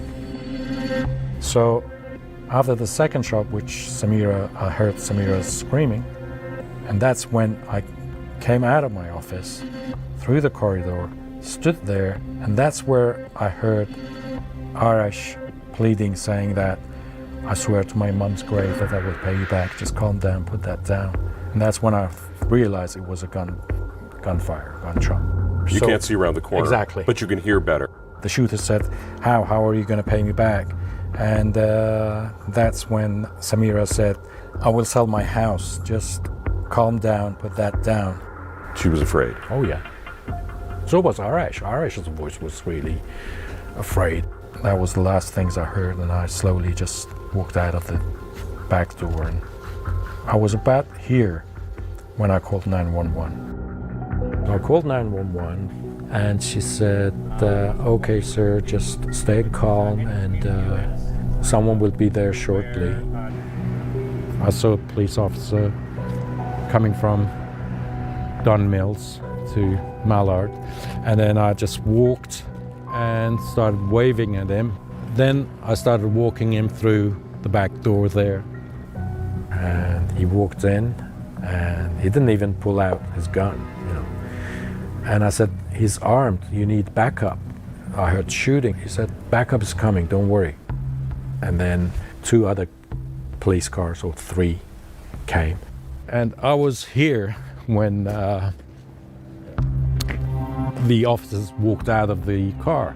I walked towards the officer and handed them my key, and I said, "There's been a shooting, and there's an officer inside." That's when the shooting started. And when the shots came, I was standing there, and that's when I heard the first officer shouting, "It's police, come out, it's police, come out." But there was no word, and then he came and opened this door, and the other police officers walked in, and I said, "How are my friends? How are my friends?" And then they started putting the yellow tape. I was scared. I didn't want to believe it. 3 dead. Police have confirmed that, and sources are telling us that police are investigating this as a murder-suicide. So what we're waiting on now here at the scene is information from the police, more details, as this investigation is just actually beginning. As I've indicated, the premises behind me was being operated as a business premises, and it's our belief at this point that the altercation that took place in there was in relation to that business. My husband is a very happy person that I met 9 years ago. It was we in love from the first moment, from first date. The energy, the love he can give, the way how his favorite bracelets, he always wear them. I love all of these pictures. This picture means a lot for me. I miss him a lot every day. When you woke up on June the 17th, did you have any sense of what was going to happen that day? No. He woke up early, like usually, like 6 a.m. He continued his preparation for work. I continue my routine with kids. He hugged me and he was shaking. I told him, "Why are you shaking? You want I come with you to work?" He said, "No, it's a small job. I'm gonna finish it fast. I'm gonna come back before 3 p.m. And he was like very strict. He doesn't want me to come with him. He told me that he's sorry, but he usually every day say that he's sorry. And he said he's sorry and he loves me. When did you find out what had happened that day, and how did you find out? I got a call from his father, and there was policeman that spoke with me. And first thing he asked if I have firearm at home, and then it scared me. Police told me that he took his own life, and that's all. They didn't tell you any of the circumstances? No. Did you find a suicide note? I did.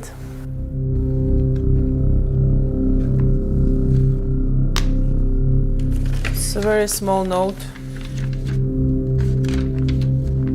So note says, my death is on hands of Samira Yosef, Arash Masagi, Shahrail Mazaheri, Frederick Yak. Stop these criminals from destroying people's lives. Because of these 4 people, my life it changed forever. And those other 2 names are the names of the 2 lawyers who were involved? Yes.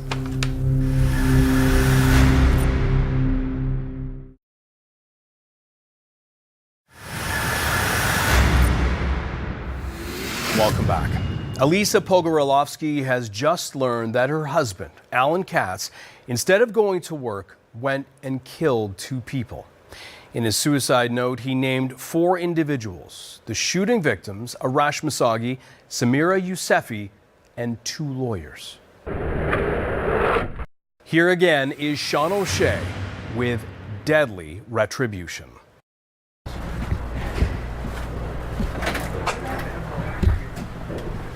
I'm Sean O'Shea with Global News. How are you? I'm trying to reach Mr. Missouri, please.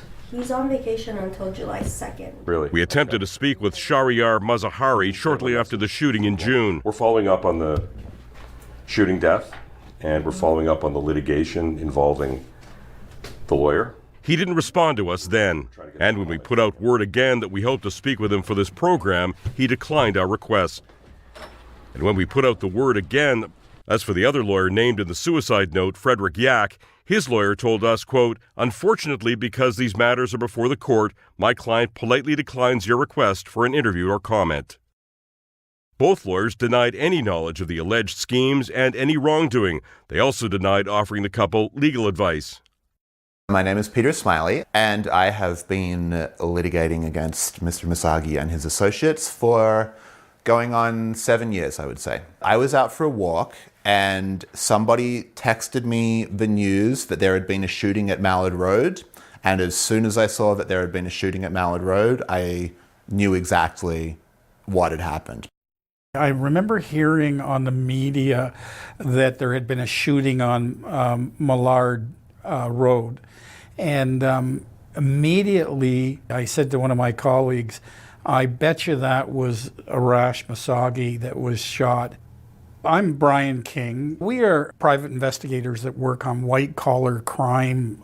Probably, 15 to 20 years ago, his name first appeared on some of our files.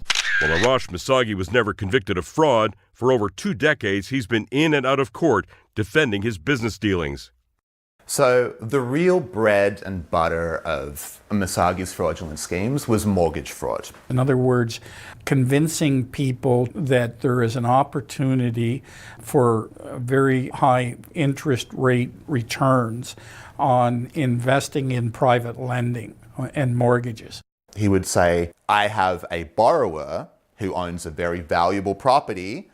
I will register a mortgage against that property, and your investment will be secured by way of a mortgage on title. And if the money doesn't get paid back, then we will sell the property, you'll get your money, you'll get a very generous rate of return.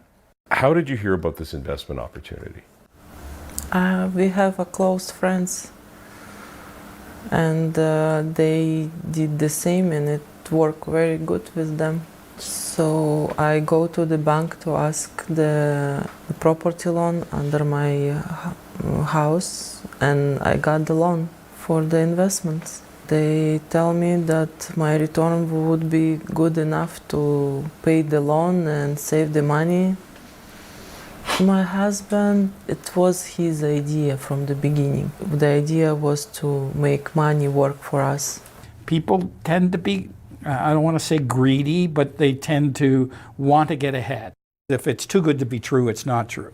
And Mr. Masagi was very good at making these quote-unquote investment opportunities seem legitimate by involving lawyers and essentially people who were willing to use their professional position to give his schemes an air of legitimacy. And a classic example of that is the mortgage broker Samira Yousefi. She was a licensed real estate agent, appears to have had a legitimate real estate practice, but somehow fell into Mr. Masagi's orbit.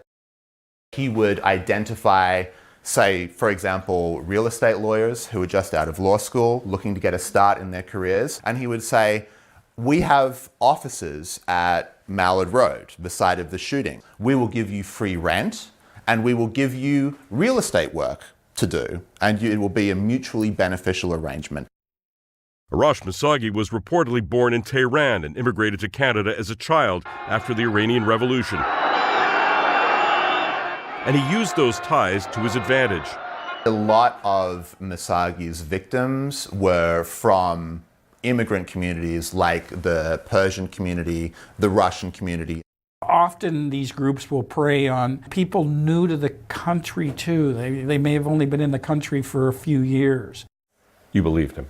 I never had experience of people like that, of investments like that. In the beginning, everything was good. Yeah. In first 4 months. Now, this was also happening at a time where the real estate market in Toronto is skyrocketing. There's a perception that real estate is the ultimate investment. One day he just stopped answering the calls. That's all. And then what happened to this money that was supposed to be coming in? It didn't come in. And your husband is calling, trying to get answers. He's emailing. Tomorrow, day after tomorrow. So what do you guys do for a living? A bit of everything. In late 2023, they got an in-person meeting with Arash Masagi, except they say he was using an alias. So what happened is this one, Samira personally guaranteed this is the safest thing. Alan Katz taped the conversation. And then September, the check bounced. And it's due on which days of the month? Is it at the end of the month? On the 15th, yeah, okay. No, don't worry, don't worry. I'll talk to her, I'll get this all straightened out. I'll talk to the borrower on each one. I'll talk to her, I'll get the bank statements, and I'll make you a full report.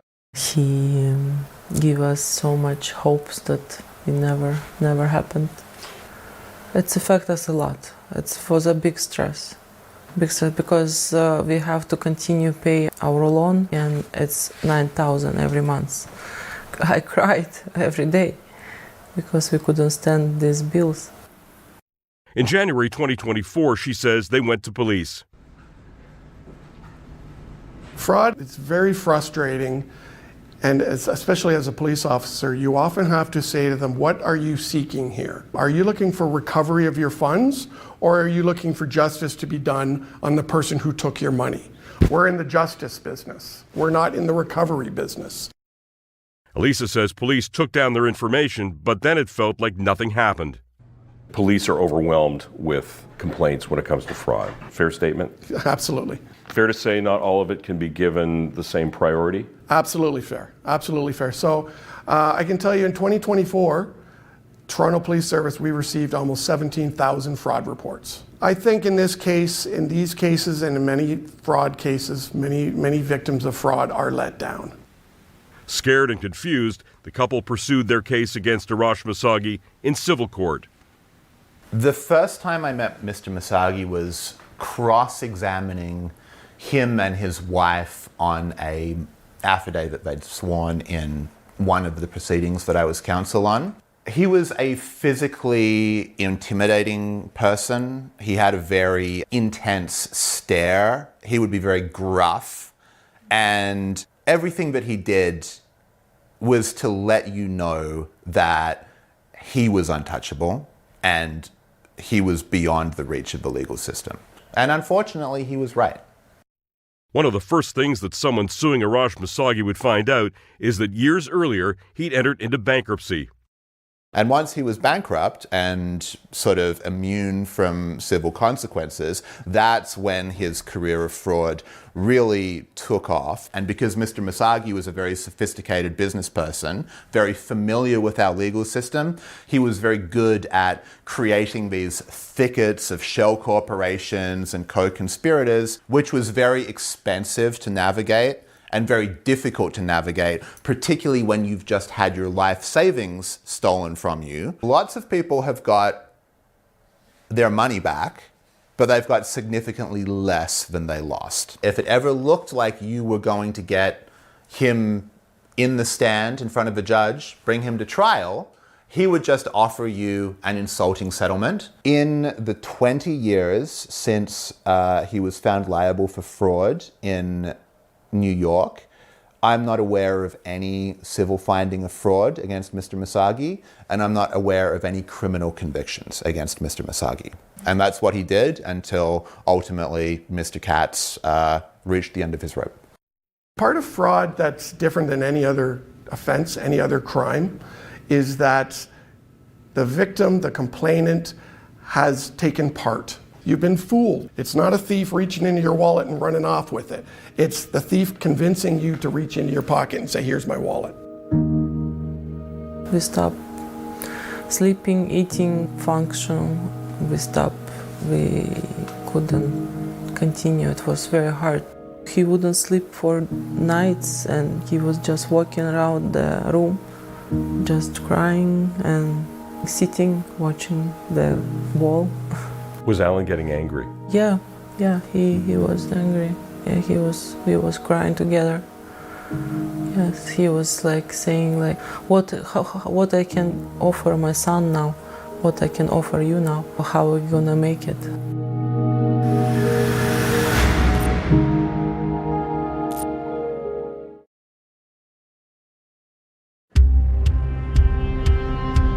As I was standing here, I heard Aresh's pleading that I swear to my mother's grave, I will pay you back. Please calm down, put that down. Then he's shouting, how are you gonna pay me? And that's when Samira said, I'll sell my house. Now, Alan stands there, sits Aresh and Samira on the sofa, and second shot was there on the wall. You've laid out what you've reconstructed. Why do you believe that it unfolded the way that you said? Well, after the police, which was on a Friday, said that I can go to the office and pick my stuff up, I went back to the office and I thought I'd film the incidents that had happened because it wasn't cleaned up. This is the scene of the crime. Yeah. So as you can see, the shooter was standing here where he shot Aresh and Samira, who were sitting on the sofa, and that's where Samira screamed. And you can see blood spatter on the wall as well. And this is the blood of Samira and Aresh. And then as he was standing there and saw the police coming, he shot both of them, 2 shots each, 4, and then a pause, and then the last one. And that's the shooter's blood when he shot himself, and that's where he fell. Graphic. Very graphic. I still can't believe that they're gone. Still can't believe that. Cold-blooded murder for me. That's what he was. Because they were begging for their lives. Sitting in her living room, Elisa Pogorelowski clutches a picture with her husband, Alan Katz. Asked for help and nobody did nothing. She says as a result, they lost their life savings, $1.28 million. These people lost their life savings. They spent their entire lives saving up. Nobody has the right to take somebody's life, but I definitely understand the reasons behind it. Michael Ackerman is talking about his friend Alan Katz, seen here. Katz worked in construction and sometimes as a DJ. Now this widow is trying to raise money to pay for a funeral through a GoFundMe campaign, and she's selling her artwork. whatever she says it will take to provide for her 2 children and to fund a legal fight to get their money back. There has to be a level of enforcement. I can't understand how this man kept on ripping off people for years and years. Though Michael Ackerman says he doesn't condone what Katz did, public opinion in the form of online comments doesn't condemn Katz. 90% of them are supporting him and hailing him as a hero, and I think in a way he was a hero. So that shooting on Monday claimed 3 lives, an act of retribution that Katz's family says was out of character for the 46-year-old father, described as humble and gentle, but pushed to the edge. I born in Moldova and I came from Israel to Canada in 2008. Originally from Belarus, Alan Katz had also immigrated to Canada from Israel. I got the husband, the family, the kids. If you want to buy a house, you have to save the money. No day offs, working on weekends.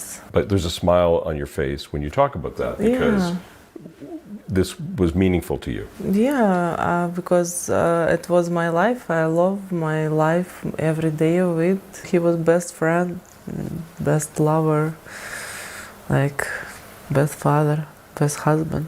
Long and happy life together. This was my dream. We put everything in the house. Did you know anything about there being a gun? No, I don't. I didn't. He finished military in Israel. I finished military in Israel too. So we are familiar with gun. But there's a difference between knowing what to do and the compulsory military service that you did and then having an interest in it in your own lives. But that wasn't what he was like. No. It was because what happened with Trudeau. Today, we're announcing new legislation for stronger measures than ever before to combat gun violence in Canada. You know, he wants to take all firearms. He wants to take it back. And we decided maybe we have to have it just in case. And it was almost 2 years before what happened. We took a train together. And then when you do the course, you have to apply to be able to get licensed for the RCMP. Yeah, but we never applied. But he applied secretly that I didn't know.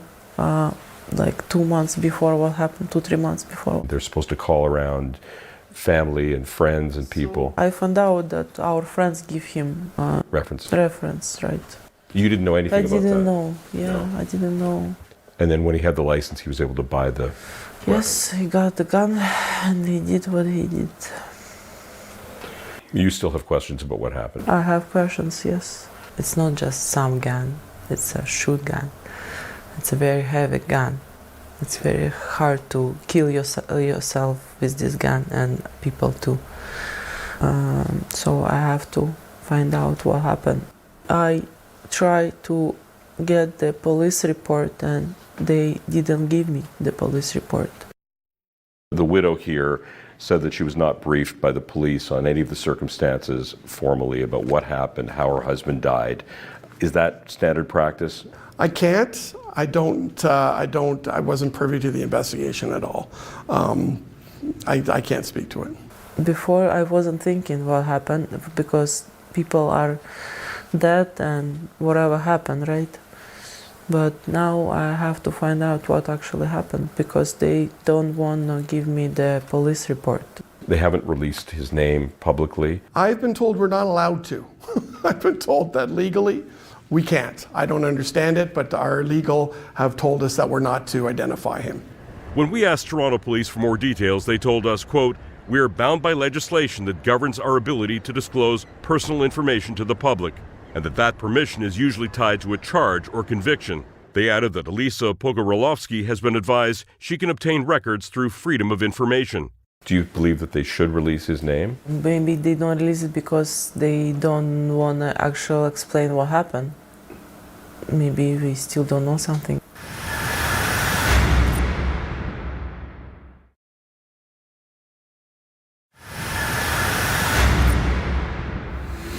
Welcome back.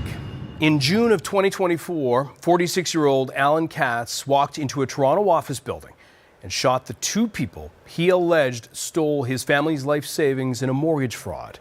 It's then believed he took his own life.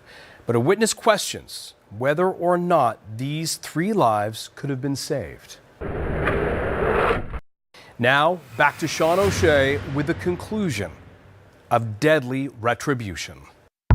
So this is the field of view. This is the main reception area. So right that's here. the reception area, and as you can see, these are all mirrored, so you can't see inside, but you can see out. You can see outside, yeah. The second police car, the backup, when they come, 1 comes here and 2 from that side come here, and they park here and there. So what happens is he sees them, he panics, he moves towards there by the wall and then shoots them from that side. The reason I'm saying why I called 911 was a mistake, well, because from the time the first 2 shots till the last shots, it took 5-6 minutes and it was quiet. Nothing had happened until the police arrived.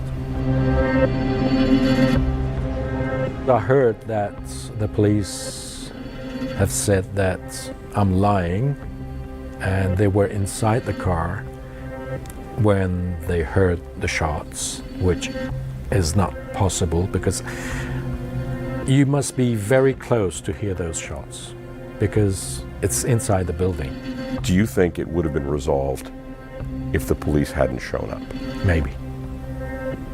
According to Toronto Police, upon arrival, the first officer reported hearing several loud bangs while inside their vehicle. Officers entered 25 Mallard Road less than 2 minutes after arriving and found 3 individuals already deceased.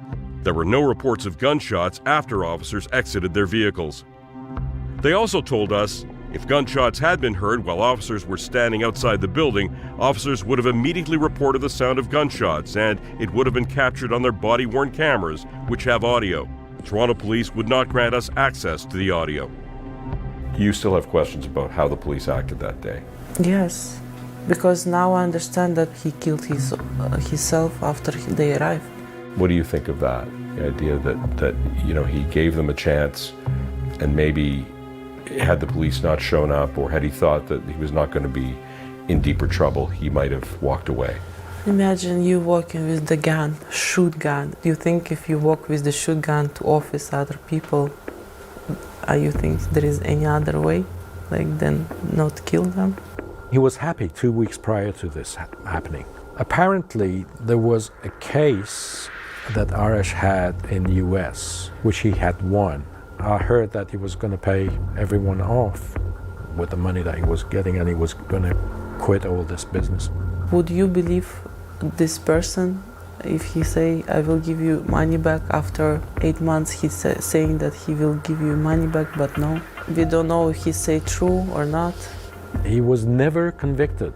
There was never proven that Arash had done whatever they say that he's done in the courts. His business activities, I don't know anything about that. I've heard all these things after the incident because what I knew from him was the business of the food products, which I was doing labels for him. I can tell you why he was involved in food labeling, because another one of Mr. Masagi's classic fraudulent schemes was trademark and copyright fraud. In fact, that was at the root of the $1 million fraud judgment against him in New York. I feel angry. I feel disgusted. I feel that they have no empathy or sympathy for their fellow human beings. Most people don't see the damages of fraud. Most people think it's a victimless crime. There's no blood on the sidewalk. There's no blood on the sidewalk. It's not sexy. You have his word against your word. Well, yeah, I brought them in to make investments. Well, it didn't work out. There's no police tape around the crime scene. Exactly. Until there is. I know that the suspect of the frauds that was charged by the Toronto Police in 2 separate major projects in the last 10, 15 years, we had reasonable grounds to believe that he was guilty of those offenses. Those investigations were massive. They were time consuming. They took years to complete. You investigated, you laid charges, you were prepared to go to court. That's right. And the Crown dropped the charges, and there you are. That's right, that's right. Those charges were dropped just on the eve of trial. I have no insight into why the Crown did that, but I can speculate. At the end of the day, do we want to spend our limited resources prosecuting these claims where there is very little prospect of success, or do we want to focus our attention on prosecuting murderers and rapists and keeping them behind bars? Things need to change. The police are not going to solve this problem. We cannot. We don't have the power, we don't have the authority, we don't have the resources, we don't have the means to stop fraud. This case is so egregious because here is an individual who was able to systematically abuse the Canadian justice system for over 20 years, defraud literally hundreds of people of millions of dollars. And the bottom line is, if people can't look to the justice system to defend them from fraudsters and scammers, to protect their rights, then the kind of vigilante justice that Mr. Katz ultimately felt forced into, it's inevitable. It's hard to determine what people are going to do when they basically lose their life savings. It's almost like an epidemic right now. So I think a great way to illustrate exactly who Mr. Musagi was and how he perceived himself is to read some texts that he sent to a client of mine, which were ultimately put into the public record in a number of court decisions. Keep ignoring, keep hiding, pretty soon you will be running too. Stealing from a person like me is like stealing from Al Capone. I don't allow it to happen. By Tuesday, we will let the games begin. I will have no mercy after Tuesday. In his own words, I go to Arash's grave every now and then, and I always tell him, I'm sorry I left you alone. That's what I say. He didn't deserve to die like that. No. No. Nor did she. Nor did she, no. That's the thing, you see, it's bothering me since 6 months ago. That's why did I leave them alone? Why did I leave? Why didn't I stay? Why didn't I interrupt? Why didn't I all kinds of things. What was he thinking when I left the office? Because the door has got a squeaky noise. So definitely he was able to hear. Or was it in his mind that, oh, Shahrukh is gone. There's no one else in the office, so what am I going to do with this guy? What was his thoughts when I left? That hurts as well. The legal cases, the civil cases, they're not finished. No, it's still in process. In this stage, I cannot talk about that.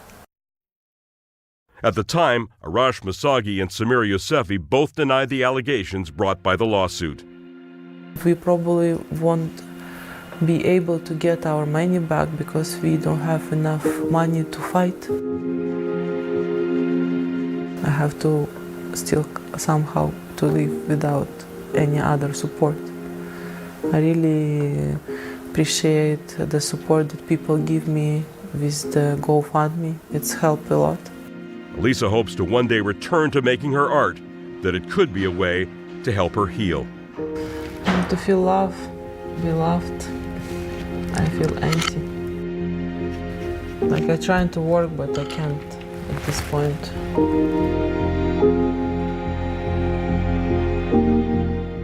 Are you angry with Alan at all because of what he did? Anger, it's a big feeling that takes too much of my power and I need to continue walking. So no anger. It won't help me to move on. It haunts you. It rips you apart. It really does. I have 25 years as a police officer, so I have gone to many radio calls involving persons threatening violence upon themselves or upon other people. As damaging and as painful as events in their lives occur, I have to believe that they will get better, and I have to try and convince them of that. At the end of the day, the most important people in our lives are our family and our friends. We want people to be around to stay with them. Yeah, my son still he knows that Papa is not here, but he doesn't. It's hard time for him a lot. Papa. Hard because he doesn't want to play the toys he played with his father. He doesn't want to do stuff that he did with his father. I wish he never done it. Yes, I wish he never done. Doesn't matter how bad is the person.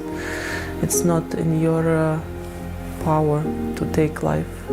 I miss him all day, every day.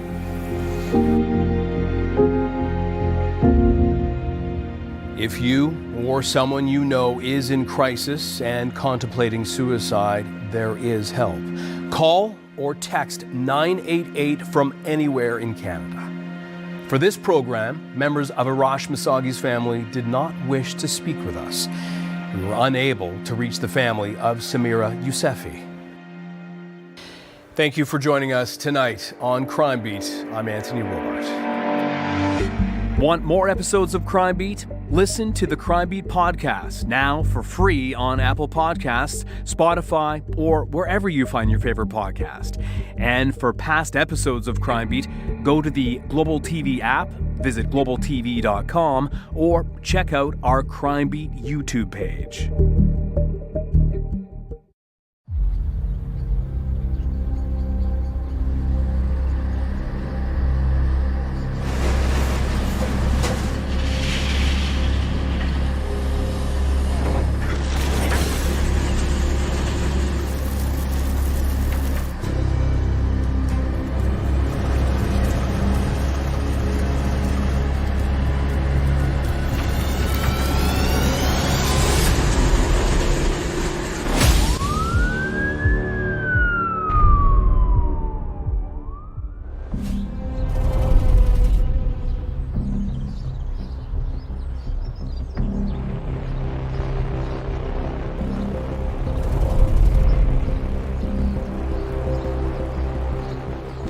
West Yorks Police, what's the emergency? Hello, mate.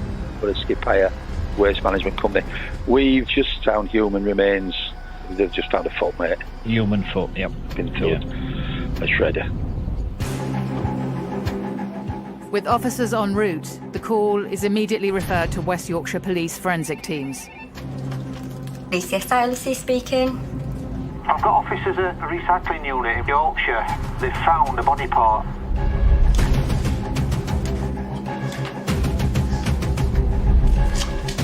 Crime scene manager Alicia is one of 2 CSIs on duty.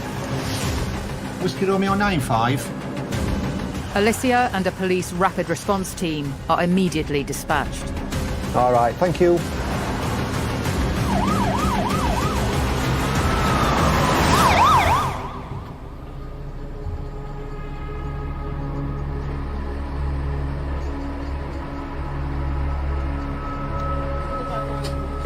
At the scene, the forensic team head to where the suspected human foot has been found, amid thousands of kilograms of rubbish.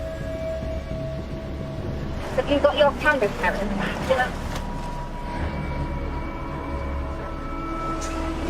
The officers are at the scene now. Perfect. The team are in no doubt about what they have found. The human foot is placed into a secure evidence box.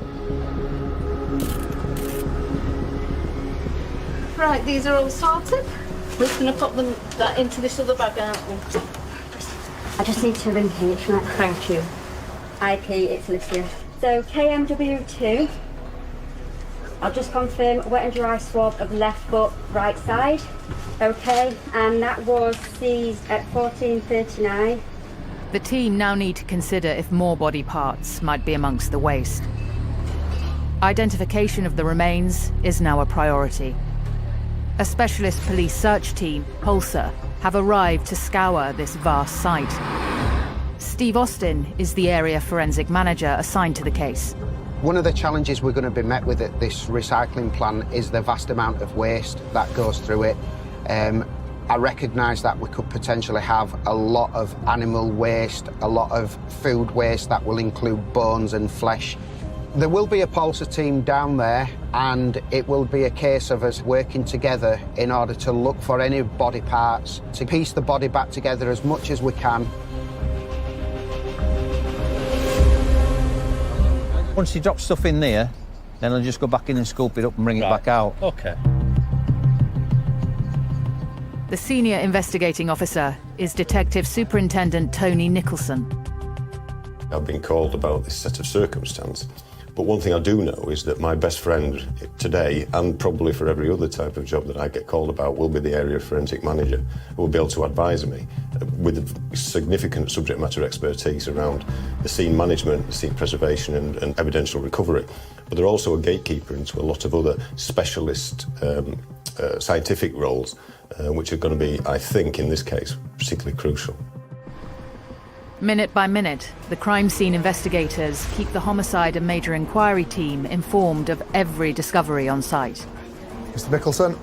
Hey, pal, how are you doing? Can you do me a big favour then, please? Just would you mind just having a review the log for us? Give us some consideration around CCTV parameters. I'll have a briefing when I get back, but can you just have a look at the bin companies who've used that site, and then we'll see what the extent of those collections are.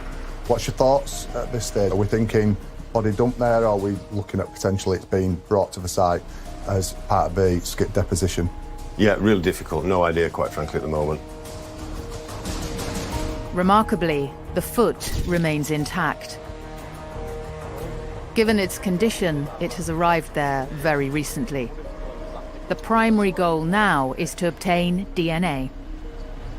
That's pretty fresh. The old skin. Quite. It's weird, isn't it? Yeah. It could have been skip and then everything's taking a chunk out and stuff flying around. It's pretty fresh.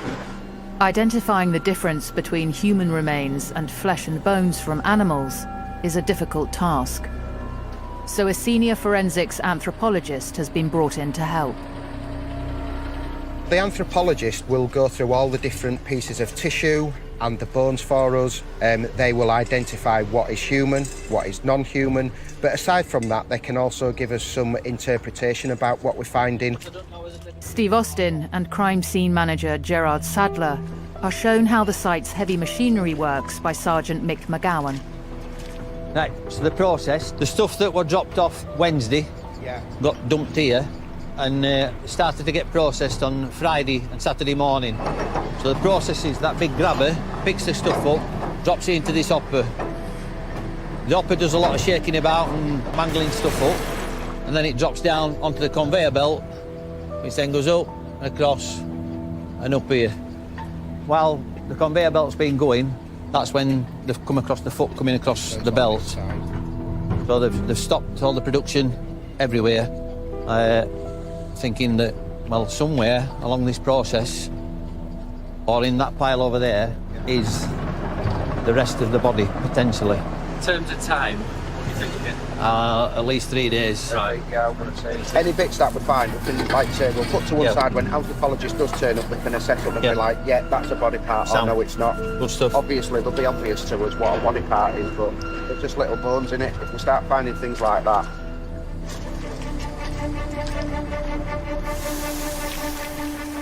As day one of the search concludes, the site is secured overnight. Senior investigating officer Tony Nicholson recognises the immense task ahead. Well, what do we know so far? Not a great deal. Well, at the moment we know we've got a human foot. We're hoping, obviously, to get some DNA from the examination that we're currently doing at the moment, and that will be fast-tracked through, and with any luck at all, we'll be able to identify to whom that foot belongs. The stuff that comes out the chute there, which is, as you say, that he calls it the heavies. So it's the heavies and the dense stuff. As it stands at the moment, clearly we've got a mystery. We've got a left foot and no body associated with it. We're hoping, through all the detailed searching and examinations that we're doing here at the site, that we'll be able to find some further body parts that might be able to marry up with regard to DNA to establish the identity of those parts.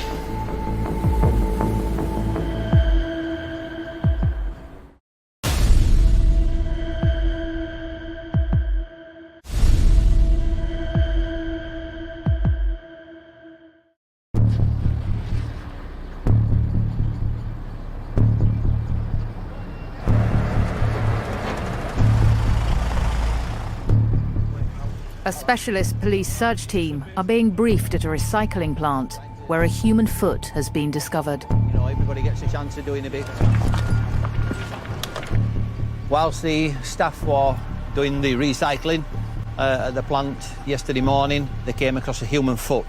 I came yesterday afternoon with the SIO and CSI, and everybody agreed it's a foot from a human being. But there's potentially the rest of the body here.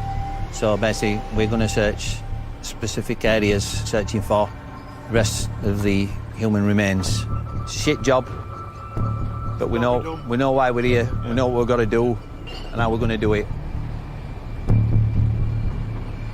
So a search on a site like this is so extensive that we have to make sure it's meticulous, and we have to make sure that we recover every piece of bone, fragment and tissue which could be related to our remains. Therefore, we've started from the larger sizes of waste, and we'll go down to the smaller sizes, where we will ensure that a fingertip search is carried out so we obtain every single piece that may remain here. This is area A1, A2. So concentrate on A1 until we got sufficiently far back. Any clothing that comes out, adult clothing, male and female, needs to be put on a ground sheet that we're going to be putting down here. All right? Any bones, fleshy bits, it's on another sheet, and CSI will sort that out straight away. Ultimately, what we'd end up doing at mortuary is looking at a reconstruction, wouldn't we, of the body? So I think I'm happy for it all to go in one, yeah. And what you could almost look at doing is you could literally just have it as a body bag, with all the parts going into the body bag, and each day, and I'm just putting this out there, we could have it like each day we've got our body bag, any parts we find each particular day goes in there, zips up, and that goes to mortuary, and each day we do that. With the search system set up, the hunt for any remaining body parts begins, as does the full investigation. Focusing first on workers at the plant. We spoke to all the staff at the recycling place, all the employees there, all the management, and we were as satisfied as we could be, having spoken to each and every one of them, that they had no involvement whatsoever in the body parts that had been found.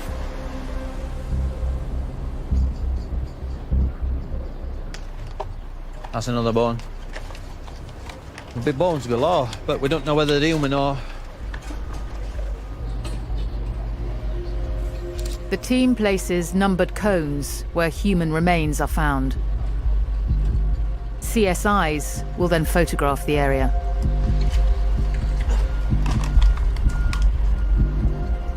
That's all we can see to start with without going into the pile. There's another bone on top, but we'll get them as we go through. Where number 9 is, there's a big lump of flesh and some bone and a bit of hair.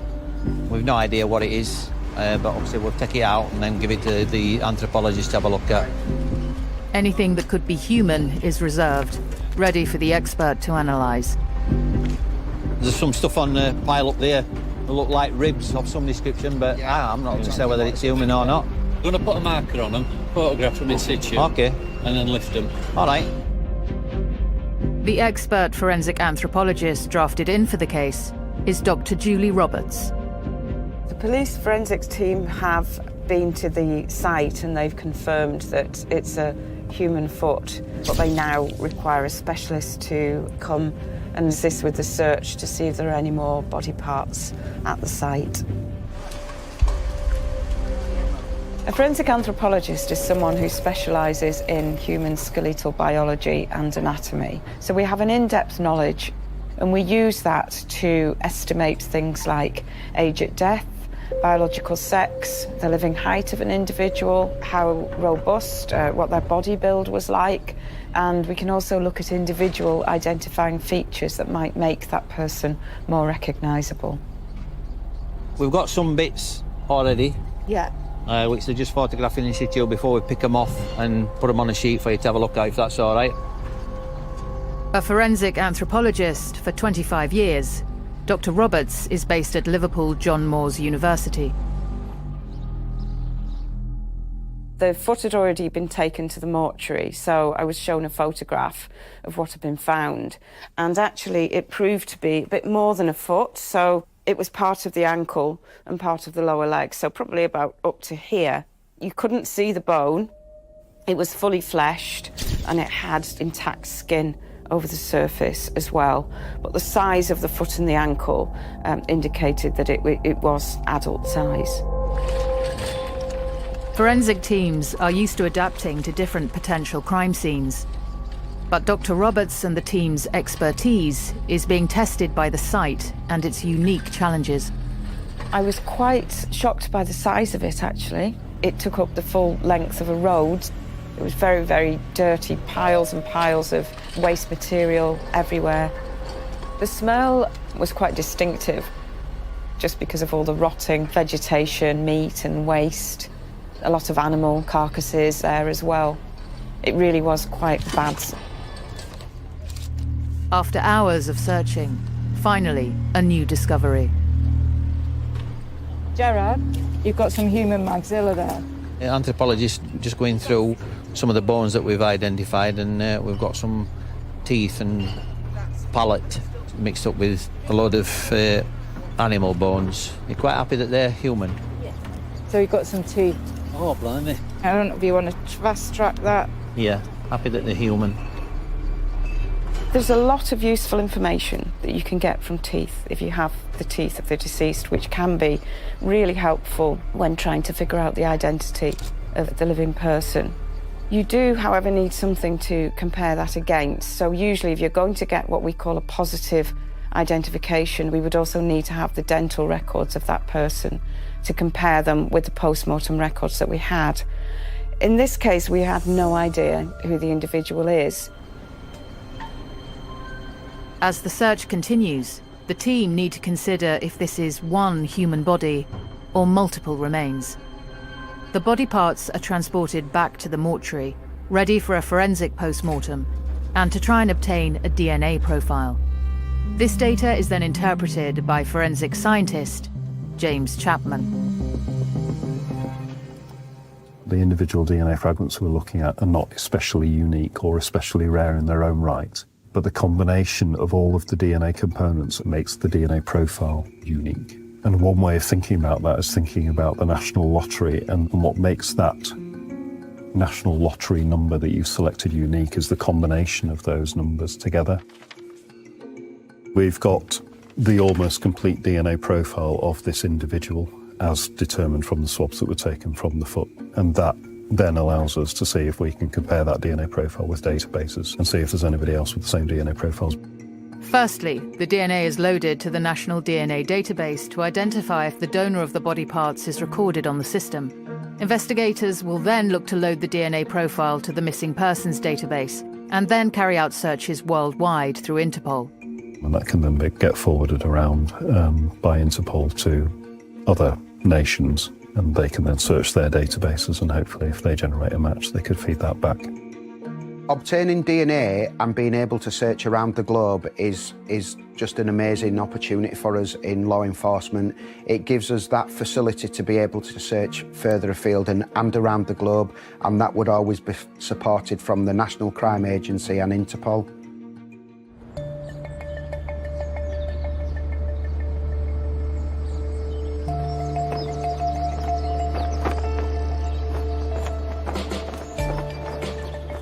At Interpol's headquarters, they connect police forces worldwide to locate missing persons. Interpol will be crucial in identifying if the body is a foreign national.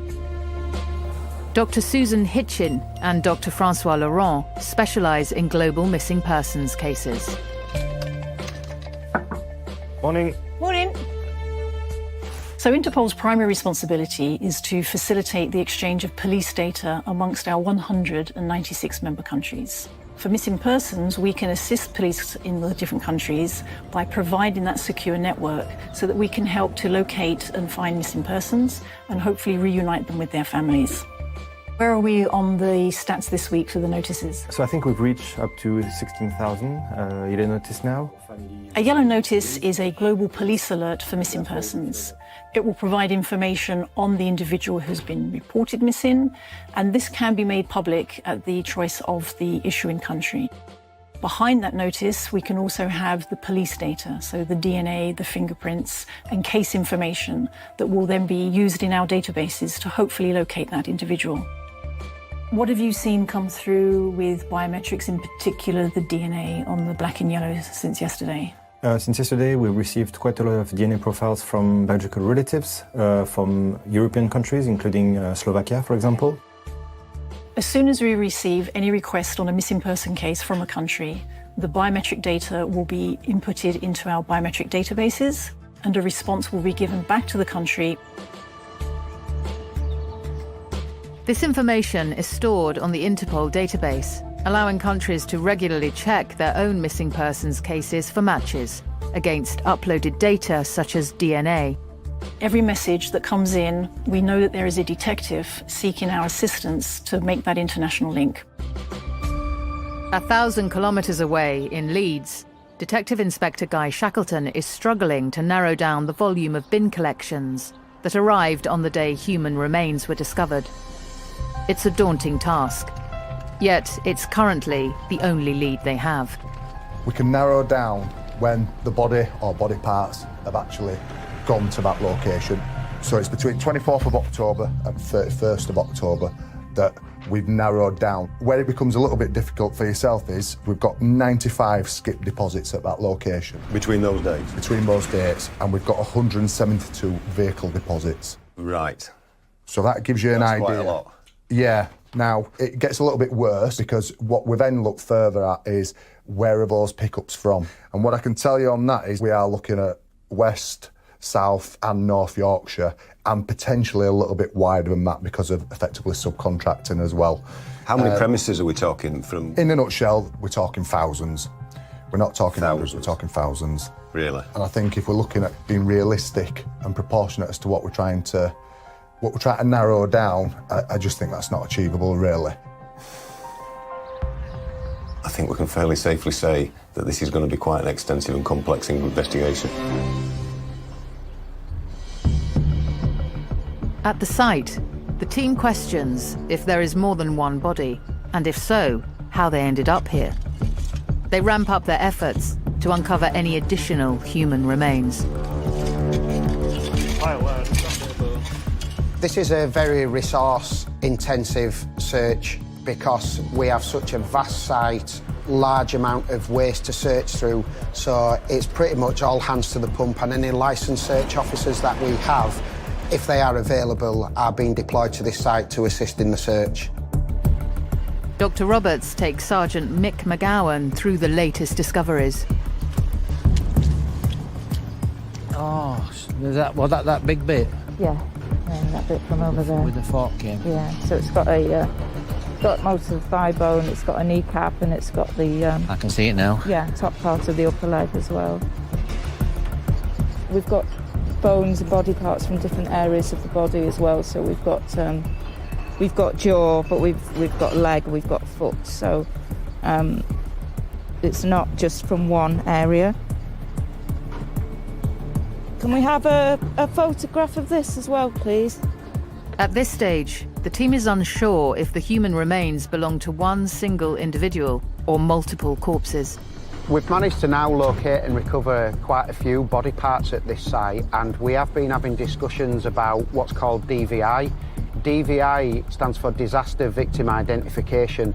It's a process that we often use at a major disaster. For example, a plane crash where you've got multiple casualties.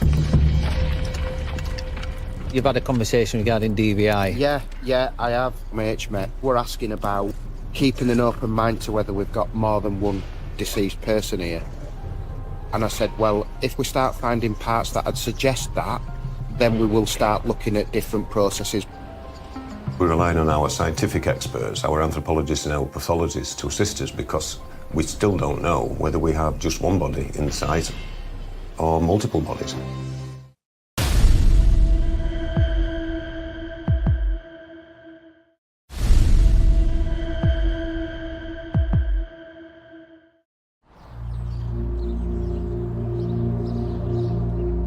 West Yorkshire, human remains found 2 days ago in a recycling plant have left investigators wondering if they're dealing with just one body, or possibly more.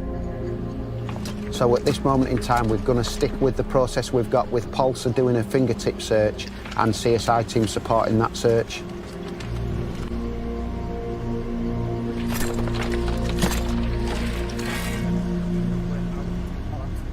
SIO Tony Nicholson arrives for an update as Dr. Roberts receives another discovery. So this is the one you've just brought. This is the one that me. they've just brought out, yeah. You've got skull here. You've got some of his head here. You what, sorry? You've got some of his head. Wow. Head? That's the base of his skull. Wow. It's base of his skull. That's the back of his Back neck. of his neck. Yeah. Back. And his hair. Yeah. That's the back. And that's the base of his skull. So That's just the skin. yeah, it's quite a thick part of the skull. We discovered some fragments of skull which were attached to some soft tissue. So just to show you on the diagram, this is looking at the base of the skull underneath here. We've got one small fragment at the back and one at the side there. And on this model, you can see it's just here around the edge of the foramen magnum, which is the hole through which the spinal column exits the brain.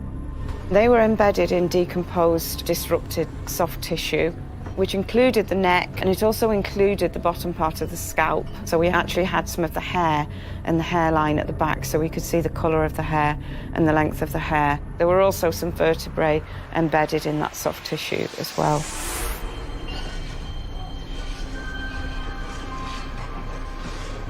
It's very difficult to know at this stage in what direction the investigation is going to go. We're concentrating our efforts on continuing the forensic search of the premises of the property. This latest discovery gives the police another valuable clue to help with identification. I'll turn it over in a minute and I'll just... What's this attached? You've got a piece of arm bone here as well. Arm? Yeah. How can you tell me just a little bit? Jesus. So it's all joined up. Brilliant. Yeah. Let's go and tell them. Yeah, absolutely. With each body part discovered, Dr. Roberts is increasingly sure that they are dealing with a single body. Our working hypothesis was that all these body parts were from the same individual. And that was based on the fact that we didn't have any repeated bones or repeated joints. They were all the same in terms of size and morphology, in terms of size and shape, so they all seemed to look as though they belonged to the same individual. We also had a small number which could actually be fitted back together again. You couldn't be 100% certain unless you DNA tested every fragment, but on the balance of probabilities, we can be reasonably certain that these body parts all came from the same person. It's very difficult to actually provide any sort of firm hypotheses as to what might have happened to this poor individual at this stage. The question for detectives is, who might this person be?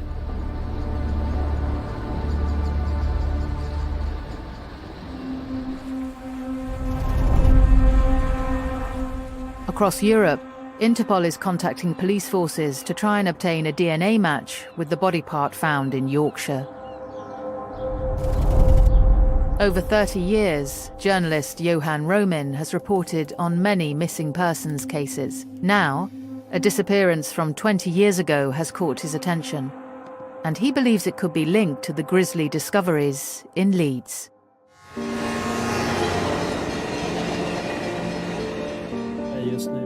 Mikael Ivarsson was an ordinary Swedish guy, 29-year-old. He lived here in Varberg in western Sweden. He was an ordinary guy. He had just bought a house. He worked as a machinist on a ferry. And he came from a loving family with a father and mother, 2 brothers and a sister. And also he had a 4-year-old daughter with an ex-partner, and also an unborn child with a new girlfriend.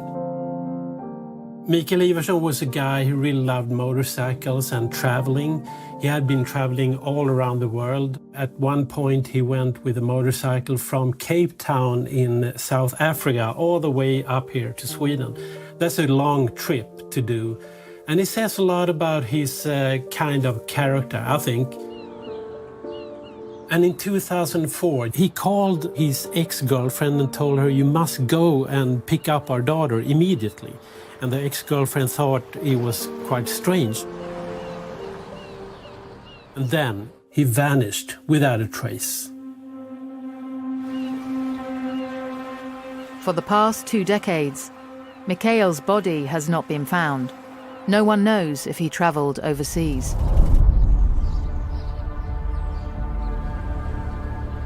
Knowing the body at the recycling plant could have come from anywhere, police are still without a solid lead.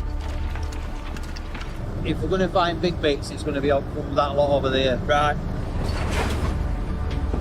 The search shifts to any other items that might help with identification. We were looking for anything that might be on the person who's ended up here. So that is clothing, jewellery, electricals, keys. And then once we've collected all this material, we then make the decision what's going to take us further in the investigation. The team have also been collecting several mobile phones from the scene that could hold vital information. We're assessing the phones that we've found so far, because we might have to link the phone DNA to the DNA that we've picked up from the parts that we've found. So if we can do that, then it gives us a chance on the intelligence front to see what we can get from the phone and potentially get further lines of inquiry from the items that we're finding within the rubble.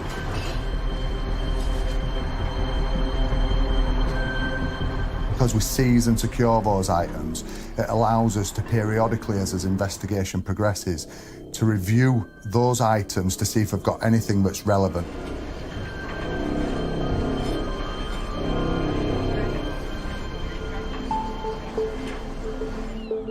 In Sweden, the investigation into the disappearance of Mikael Ivarsson 20 years ago continues.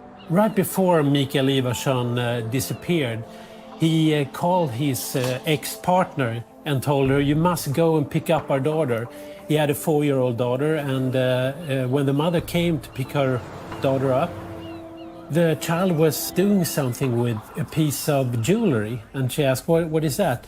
"I got this from my daddy," the daughter said, and it was a piece of jewelry shaped as an anchor.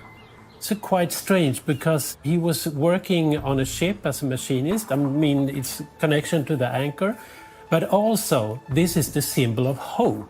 The strange thing was that he also gave that kind of piece of jewelry to his unborn child.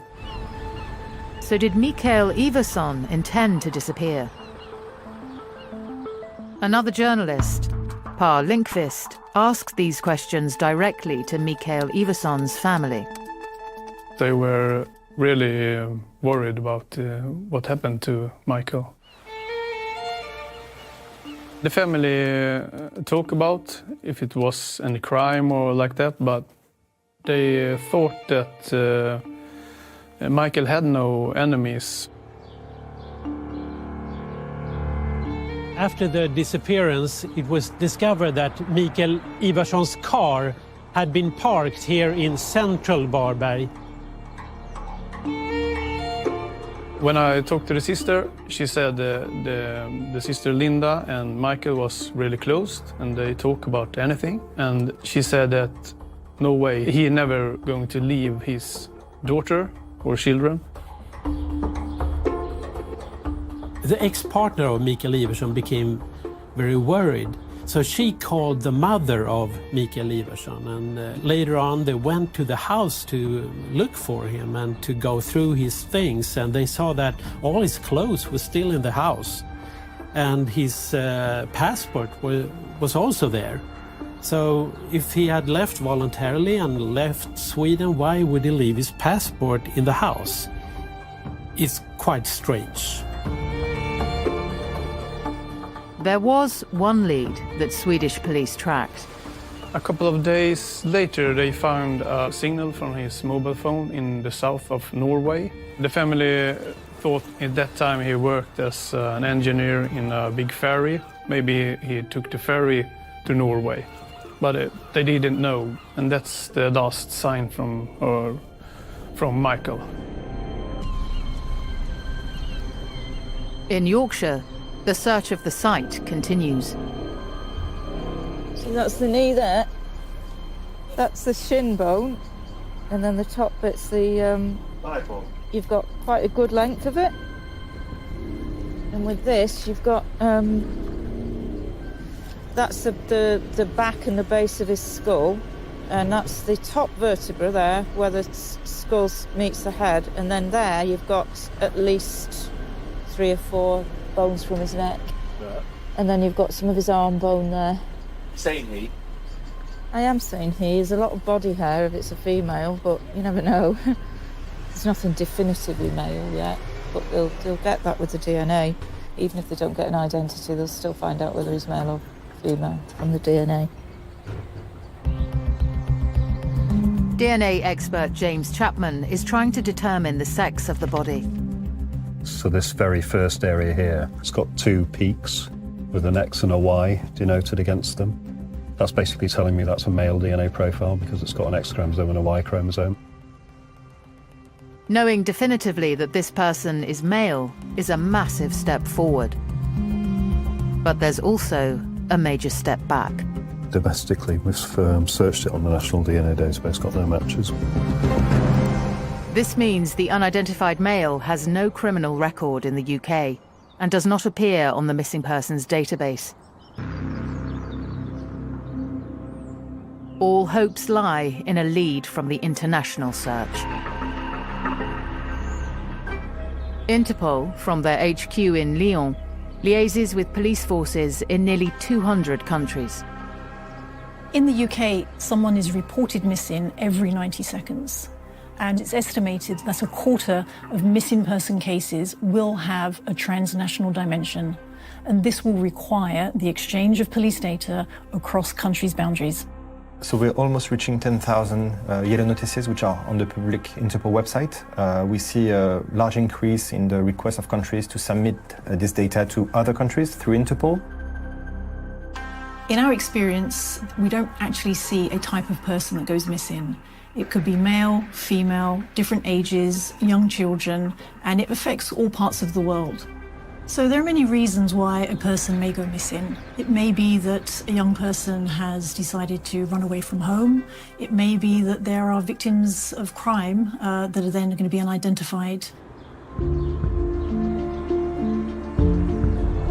2 decades ago, a family reported their 29-year-old son missing. The discoveries in Yorkshire may be their last hope. And of course, the family wants to know what happened to their son, to their brother, to their father. In 2004, when Mikael Ivarsson disappeared from Varberg, it wasn't too much in the media about it. And then many people ask why wasn't this covered more in the national media? I think it was because the local police here, they didn't investigate this a whole lot. Michael's family didn't think that the police did enough to investigate the case. The police said that if you are a grown-up, you can disappear if you want. And they don't start an investigation about that case.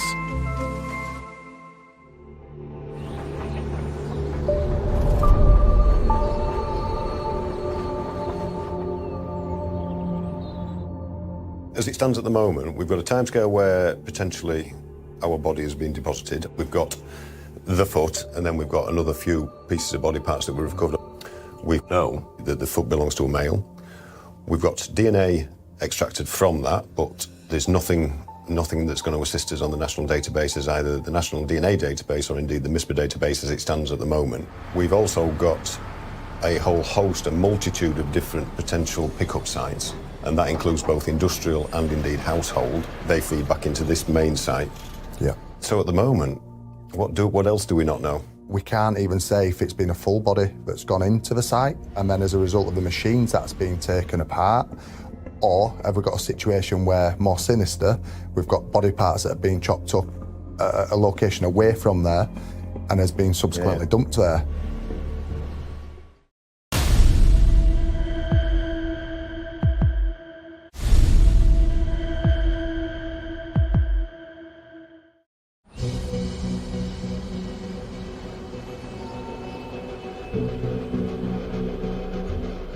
After human remains were discovered at a recycling plant in West Yorkshire, police and forensics have been tirelessly searching for all the body parts. With time ticking away, the search team are feeling the pressure to deliver results. So the team have just found this large piece of soft tissue, which is human skin, some decomposed muscle tissue. All options are open, really. You could be talking about homicide, you could be talking about an accident, you could be talking about somebody was falling asleep and just died of natural causes in a wheelie bin for all we know at the moment. And we've had that before, Tony, haven't we? It looks as though it's probably from the torso, from the back, and also from the chest area, and possibly a belly button as well, and some body hairs. There are a couple of pieces of ends of rib attached as well to the inside of the chest wall. Homeless people, drunk, that have climbed into wheelie bins to get out of the weather conditions, etc. And tragic accidents have happened. Yeah. But on the other side of it, we can't rule out something more sinister that has taken place, and I think that's where we've got to kind of go with it, really, haven't we?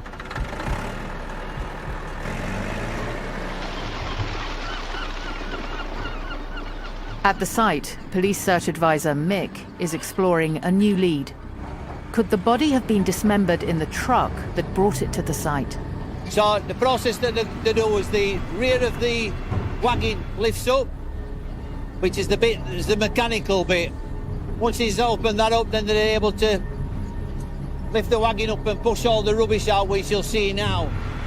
So this bit picks all the rubbish up, tips it in, and then there's a compressor that pushes it down inside against that blade, and that blade then goes towards the front of the cab, which is basically squashing it all together. Once it arrives in the bin wagon, it'll be very difficult, unless somebody physically sees it, that will not be discovered. As day 3 of the search comes to an end, less than a third of the body has been recovered. I'm still hopeful in what we've got left to search, that we will continue to find items. Because of the process of the plant and the machinery that they're using to recycle, there could be quite a bit that's already left the site prior to us getting here. But I'm still confident, and I'll always remain confident until I finish the search. Unexpectedly, the police then uncover a new lead. A missing local man suddenly becomes the focus. In the lab, forensics examine his belongings, including a toothbrush, for DNA. So our research has now identified a potential missing person who we believe could be the unidentified human remains. So what we'll now do is we will send that toothbrush in for DNA testing. DNA can retain on items for a set amount of time, but factors regarding environment, how it's stored, where it's been, will have an influence as to whether we would actually get a DNA profile from it. Could the DNA being taken from this toothbrush hold the key to identification? I can't rule them in or out in relation to it being our body parts. I think it's one of those that we've just got to keep an open mind, and we've got to make sure that we cover all avenues.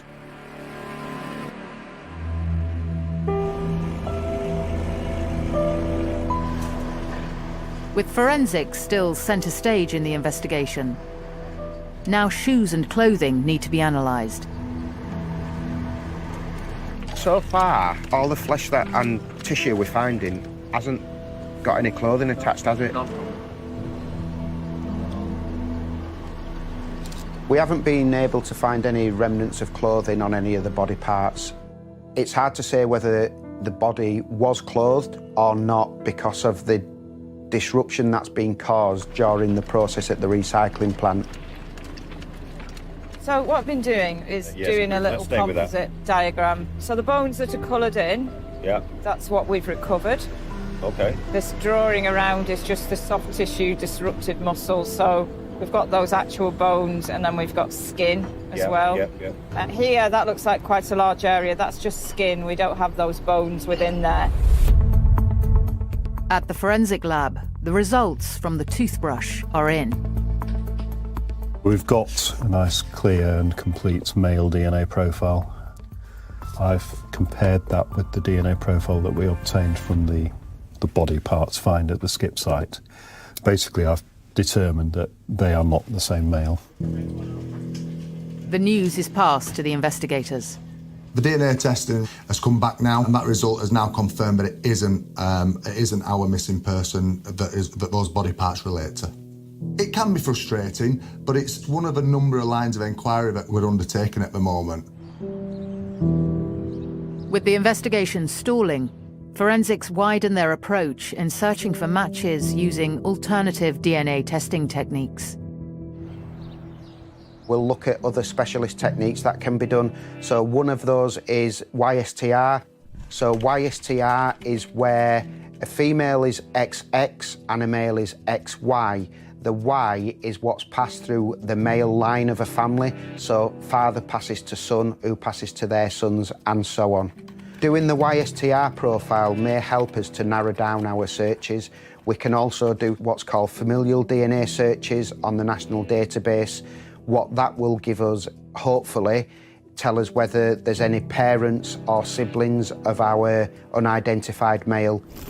Following that, I will then engage further with our forensic service providers of what other options are available, such as genealogy, where we start to look at relatives of the person. When a police force can't find a match on the various databases, they reach out to Interpol and issue a black notice.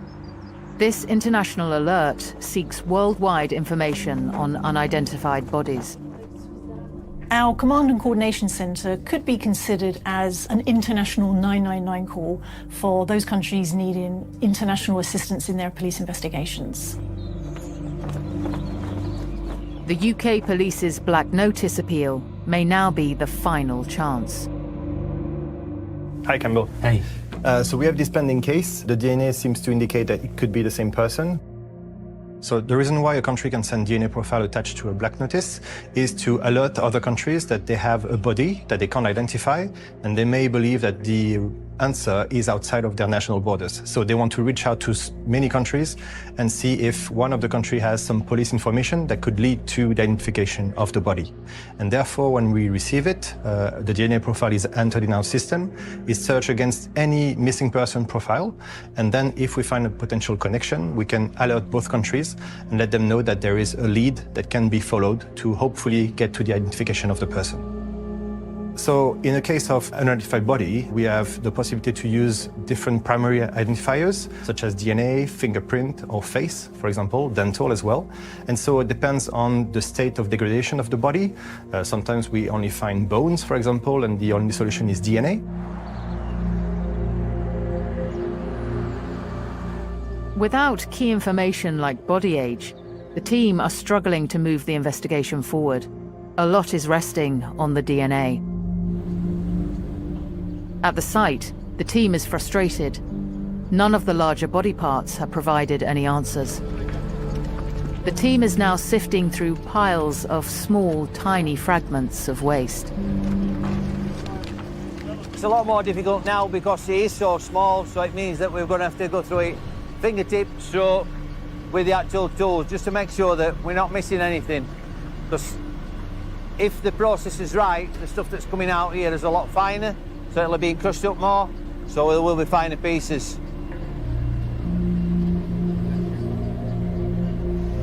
As a collarbone, so that is human. We found a clavicle, which is a collarbone. This was really useful for us because in terms of skeletal development, the clavicle is the last bone to complete its development in the body. So what we're looking at particularly on the clavicle, you can see on this model, is this end here. That fuses quite late, so it can be any time between about 22 years and right up to 29 or 30, depending on the individual.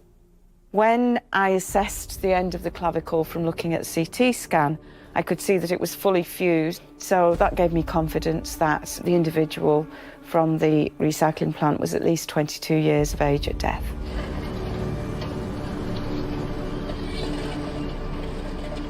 Yet, even after 5 days of intensive searching, the lack of progress on identity leaves detectives with huge challenges.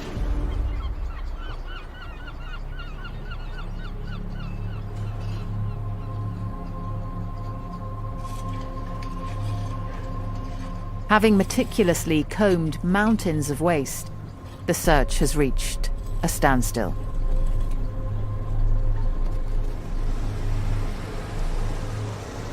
We have recovered all the human remains from the site, but that still only adds up to approximately 1/3. Therefore, the other 2/3 we can only assume has gone through the recycling plant and through the different processes and taken from that site prior to the police being alerted from staff who work there.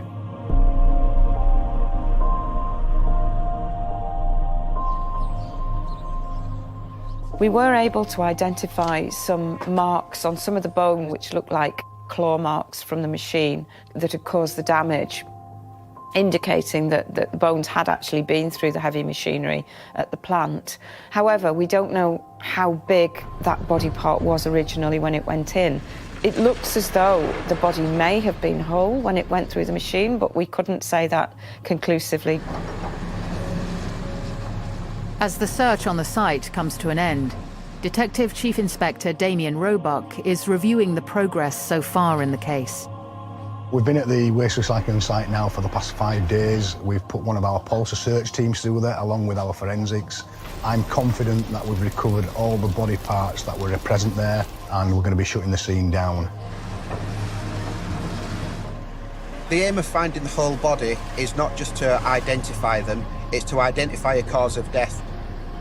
Not finding the whole remains does limit our opportunities to identify them, but we still have the opportunity of DNA to identify who it is. With DNA profiles uploaded onto global databases, investigators have the best possible chance of solving this case. But they must wait. Their attention now turns back to Sweden. In 2021, Mikael Ivarsson had been gone missing for 17 years. And the family felt that maybe some other person in Sweden or in Varberg here had some more information, so they turned to the local newspaper. The family made an appeal for more information, and Mikael's mother had her DNA taken by police and uploaded to an international database. And the hope was that if they would find a body somewhere in the world and that DNA would match with the mother's DNA, that would bring maybe a conclusion to this case. It's been 4 months since the human foot was discovered in a recycling plant in Yorkshire. With missing persons databases across the globe alerted, it's a waiting game. In the last 24 hours, we've had a development where we've been notified that Swedish authorities received some notification that there had been unidentified body parts in the West Yorkshire area, and those body parts are a potential match for a familial sample that was provided by the mother of a missing person. So what we'll now look at is our next steps for this case as to what we're going to do and what as next options will be to try and identify whether in fact it is the same male. This could be quite a significant development. This might be the mother of our unidentified male.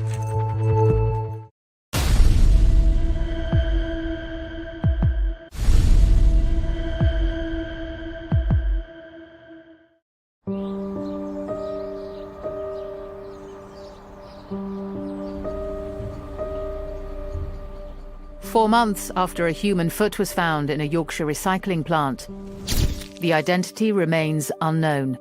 Now, Swedish authorities have informed West Yorkshire Police that the remains might be linked to Mikael Ivarsson, missing in Sweden for 20 years. The next step is to obtain DNA samples from Ivarsson's family to complete his profile. In August 2021, the Swedish authorities obtained a DNA profile from his mother, and they provided that DNA profile to Interpol. The DNA profile from our unidentified male has also been provided to Interpol. From there, Interpol have then advised the Swedish authorities that the DNA profile they have obtained and the DNA profile we have obtained may well be consistent with being the mother of the male that we've located. News has also reached detectives. This is a massive breakthrough for the case going forward. I think when you look at the circumstances of we've got a missing person abroad in Sweden and it matches our DNA, there's further work to do to confirm this, but at this stage, yeah, it's looking promising that we might be able to actually identify our body parts. As the investigation progresses, it's up to the detectives to follow the leads, wherever they might take them. We've got numerous things recovered by Pulsar, and that's why we were so convinced we were on the right horse. We can't conclusively say at the moment whether our body parts are this missing person, but it was only right that the Swedish authorities approached the family to explain there is a potential link, and that's all it is at this stage. But obviously we've got to inform them because we are doing some further inquiries, or the Swedish police will be doing further inquiries on our behalf. So, you know, we had to give them the detail of what we'd found. So potentially their loved one has been found over here and unfortunately is deceased. UK and Swedish police are exchanging information through Interpol to further the investigation. So, what have we got here? So, a very promising biological association. So, it's a pedigree with the mother of the missing person, and we found a potential match with a body. When we do kinship matching with the DNA from relatives, because the DNA of the missing person is not available, it's a bit more complicated because we're not looking at an identical profile, but parts of the DNA which are shared between biological relatives. And therefore, we have many advantageous matches that can be, found. Was there an indication in the information that came in that there could be additional biological relatives? The family of Mikael Ivarsson is informed of the grim discoveries in Leeds. 2023, the police contacted the family again and told they had a possible DNA match from a guy in England with Lena, Michael's mother. Michael's sister, Linda, thought when they heard they got a match that it was Michael, because the police told it was a possible match. They started to talk to friends. Oh, now we found Michael, and he was in Leeds in England. I think the family felt like, oh, now we got the answer. Now we know it was Michael, and now we maybe can go on with the life and get some closure. But there's one final hurdle that could stand in the way of a definitive 100% identification. Hello, it's the Interpol DNA unit. I'm calling about a missing person case ongoing. So if we take, for example, two people in the same room, they can have some positions of the DNA which are completely identical. But then you look at another region of the DNA and it's different. So it means that these two people can have a part of the DNA identical, even if they're not related. But on the last part that you will analyze, you will see that they are not related and it's not the right person you're looking for. So to minimize the chance of a wrong identification, you are supposed to look at many positions in the DNA. With DNA results imminent, SIO Damien Roebuck pulls both detectives and forensic teams together for a briefing. Right, good afternoon, ladies and gents. We're here to brief on Operation Parvin, the unexplained death of an unidentified male, which occurred on the 31st of October 2022. I just want to conduct with us all to get us head round the new information that was received. So for those who don't know, on Monday evening we received an Interpol notice with regards to a DNA match from the DNA we recovered from some of our body parts. That DNA match came from Sweden, and it's identified a potential match. What we can say is that he is a white male. He would have been 29 years old at the time of his disappearance, which would make him 48, 49 now. The Swedish authorities will have obtained the DNA from the mum as a reference sample. With him going missing, they have got that information and then provided that to the National Board of Forensic Medicine in Sweden. They've done the DNA work. So similar to what I'm doing for us now, I'm getting our forensic department, our Eurofins if you like, to do that work for us as well now. So it's not as if we've got his profile then? No, they haven't got his. In some cases we obtain the profile, Yeah. don't we, through this technique? Yeah. It's not as if it's matched to him, so the match actually is to It's to mum. mum. It's to mum, yeah. DNA expert James Chapman adds to the police's theory that the remains could be those of Mikael Iverson. We've compared her DNA profile to the DNA profile that we've obtained from our dead person, and we can see that they share DNA components at all of the areas that we can compare, so that we cannot exclude her as being the mother of our deceased individual. But there are some additional areas of DNA that we can test, and that's what we're currently doing at the moment. Should we actually identify that this is our mum, then I think we're going to have to look at some sort of press release with photographs as best we can get them okay. They're going to be from 2004, but putting them out into the press to say, right, who knows this man and what do they know him as? And that's where we'll build the intelligence picture to find out where he was living within the UK, all being well. But the next steps are actually confirming it's him, of course. The investigation reaches a critical moment. Could the body discovered at the recycling plant be that of Mikael Iverson? And could he have been murdered?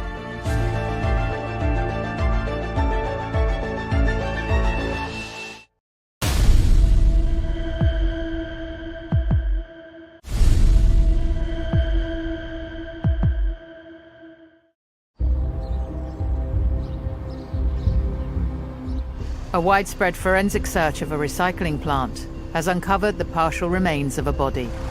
DNA testing has confirmed that the body is male and likely to be over the age of 22. DNA taken from a foot has revealed a potential match with the mother of a missing man in Sweden, Mikael Iverson. He was last seen 20 years ago. If this is a potential of the match, that's our starter for 10. We'll have a name, we'll have a person who we know has been living in England at some point. Under what name, we're not sure. We've run the name of the missing person from Sweden through our computer systems. He doesn't feature, but that's not to mean he wasn't living here under an assumed name. Investigators continue to widen their search for any useful new leads in the case. We're also looking at a new process called Forensic Investigative Genetic Genealogy. But what the FIG actually looks at is the direct-to-consumer DNA databases. Ancestry.com, 23andMe, they're worldwide. People like me and you, everyday members of the public, take a swab and they send their swabs off to be loaded in. That then looks worldwide to see which ancestry line do they come from. And it's just a wider database, an international database, that we can get more information from.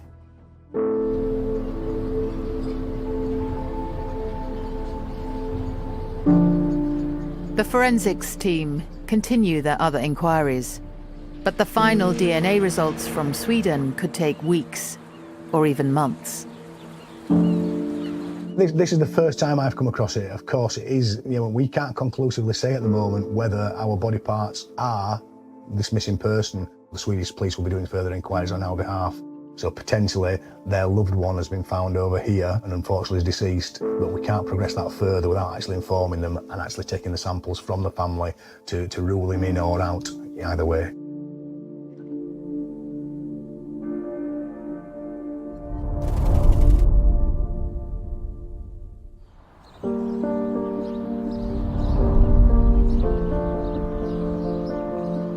West Yorkshire Police and forensic teams have spent a total of 12 months trying to identify the human remains found at the recycling centre. And a family in Sweden are waiting to see if their loved one has been found. It's been quite a difficult case, really, because without an identification and given the circumstances surrounding the discovery of this unidentified male, it's been very difficult for the investigation to even take off, really. The results have arrived. The immediate family of Mikael Ivarsson, even the boy that was unborn in 2004, has been tested, and they have now found out that the human remains found in Leeds has nothing to do with Mikael Ivarsson. So the family here in Sweden, they will still have the questions, what happened to their loved one? The final news is a blow to both the police team and to Mikael's family. The family was called by the police and had a meeting with the police and from one person from the National Board of Forensic. And they told it wasn't Michael. And then the family, they broke down. You can imagine if you thought it was Michael and then you get a new message that, no, it's not Michael. While the DNA initially had a high probability match with Mikael's mother, the differences in the DNA on the male side ruled out the possibility of the remains being Mikael. Michael's sister Linda told me that if you don't have a body, it's very hard to say a person is dead. And Michael's mother Lena told me that they think about Michael all the time and hope that one day he will return to his family. It must be an awful feeling not knowing what happened to him. The family must keep on living with this uncertainty, what happened to Mikael Ivarsson, with all the desperation, with all the despair. At the moment, it is professionally frustrating that we can't actually get the answers that we strive to get. So I will now look into wider options that are available. So going out into ancestry and genealogy, DNA opportunities, which are not routinely used or being tried and tested so much in the UK, but we never stop. The case will remain open. It doesn't stop now. We will continue to strive for answers, and for any future technology that becomes available to us, we will look to explore it for this case. We've had bodies recovered which we've very quickly identified have been the result of a homicide. This is the first one that I've had where we've had it in a recycling plant, an unusual area where you wouldn't necessarily find a body, and had to start from scratch. Genuine mystery is what we join policing for. It may end up, once we find out who this person is, it is a genuine whodunit, who's killed him. However, it's actually a who is it to start with, and who is he?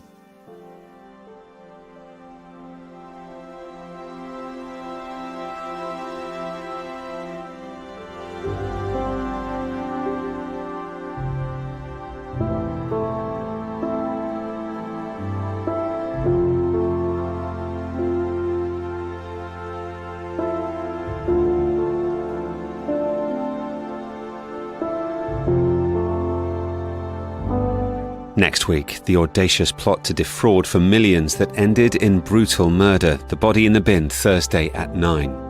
And see justice unfold with dramatic stories of people facing trial in The Accused, Guilty or Innocent, stream now on My5. Next tonight, 999, Police Hour of Duty. Stay with us.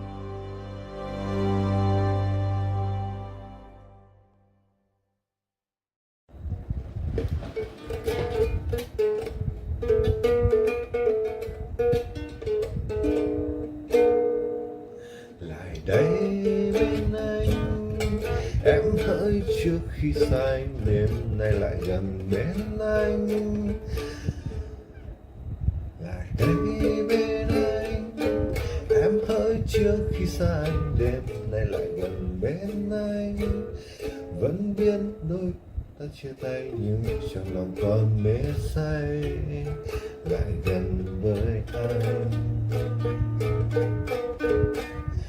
Lại đây bên anh, hãy nói ta luôn bên nhau rồi tim ta chẳng đổi thay đâu.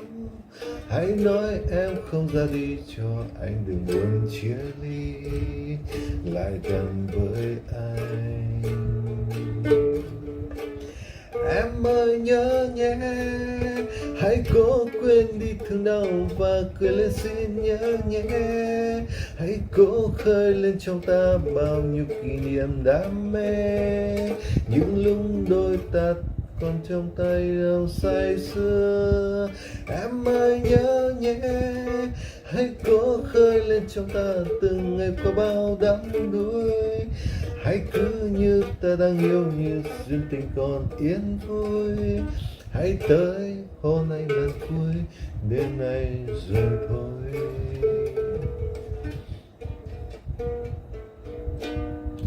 Lại đây bên anh, đã muốn xa anh đêm nay sao em nhạt nhòa nước mắt.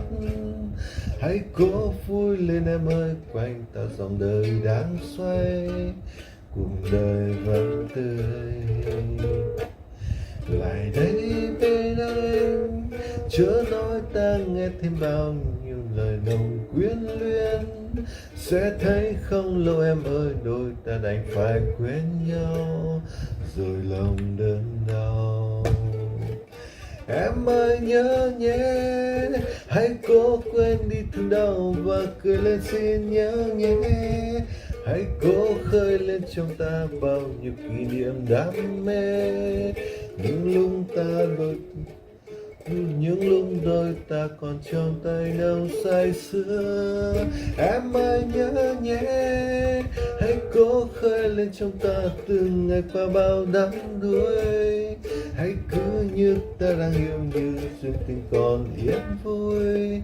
Hãy tới hôn anh lần cuối, đêm nay rồi thôi.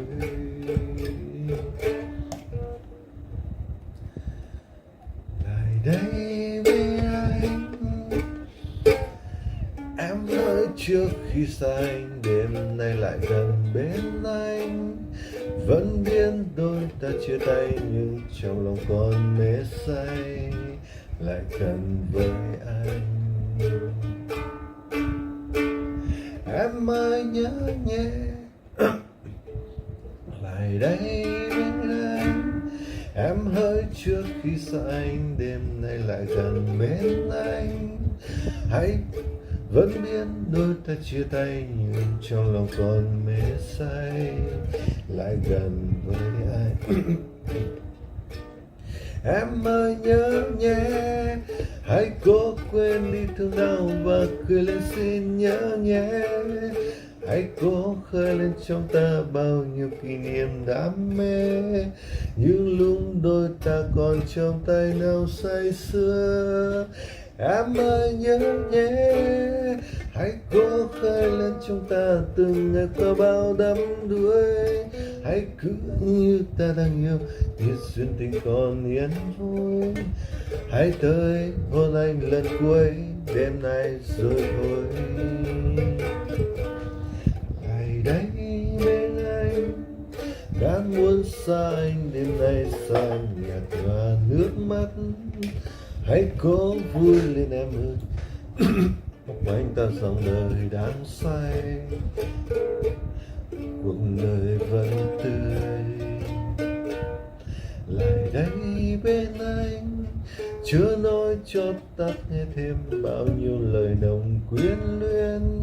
Sẽ thấy không lâu em ơi, đôi ta đành phải quên nhau rồi lòng đớn đau. Em ơi nhớ nhé, hãy cố quên đi thương đau và cười lên xin nhớ nhé. Hãy cố khơi lên trong ta bao nhiêu kỷ niệm đam mê, những lúc đôi ta còn trong tay nào say sưa. Em ơi nhớ nhé, hãy cố khơi lên trong ta từng ngày qua bao đắm đuối.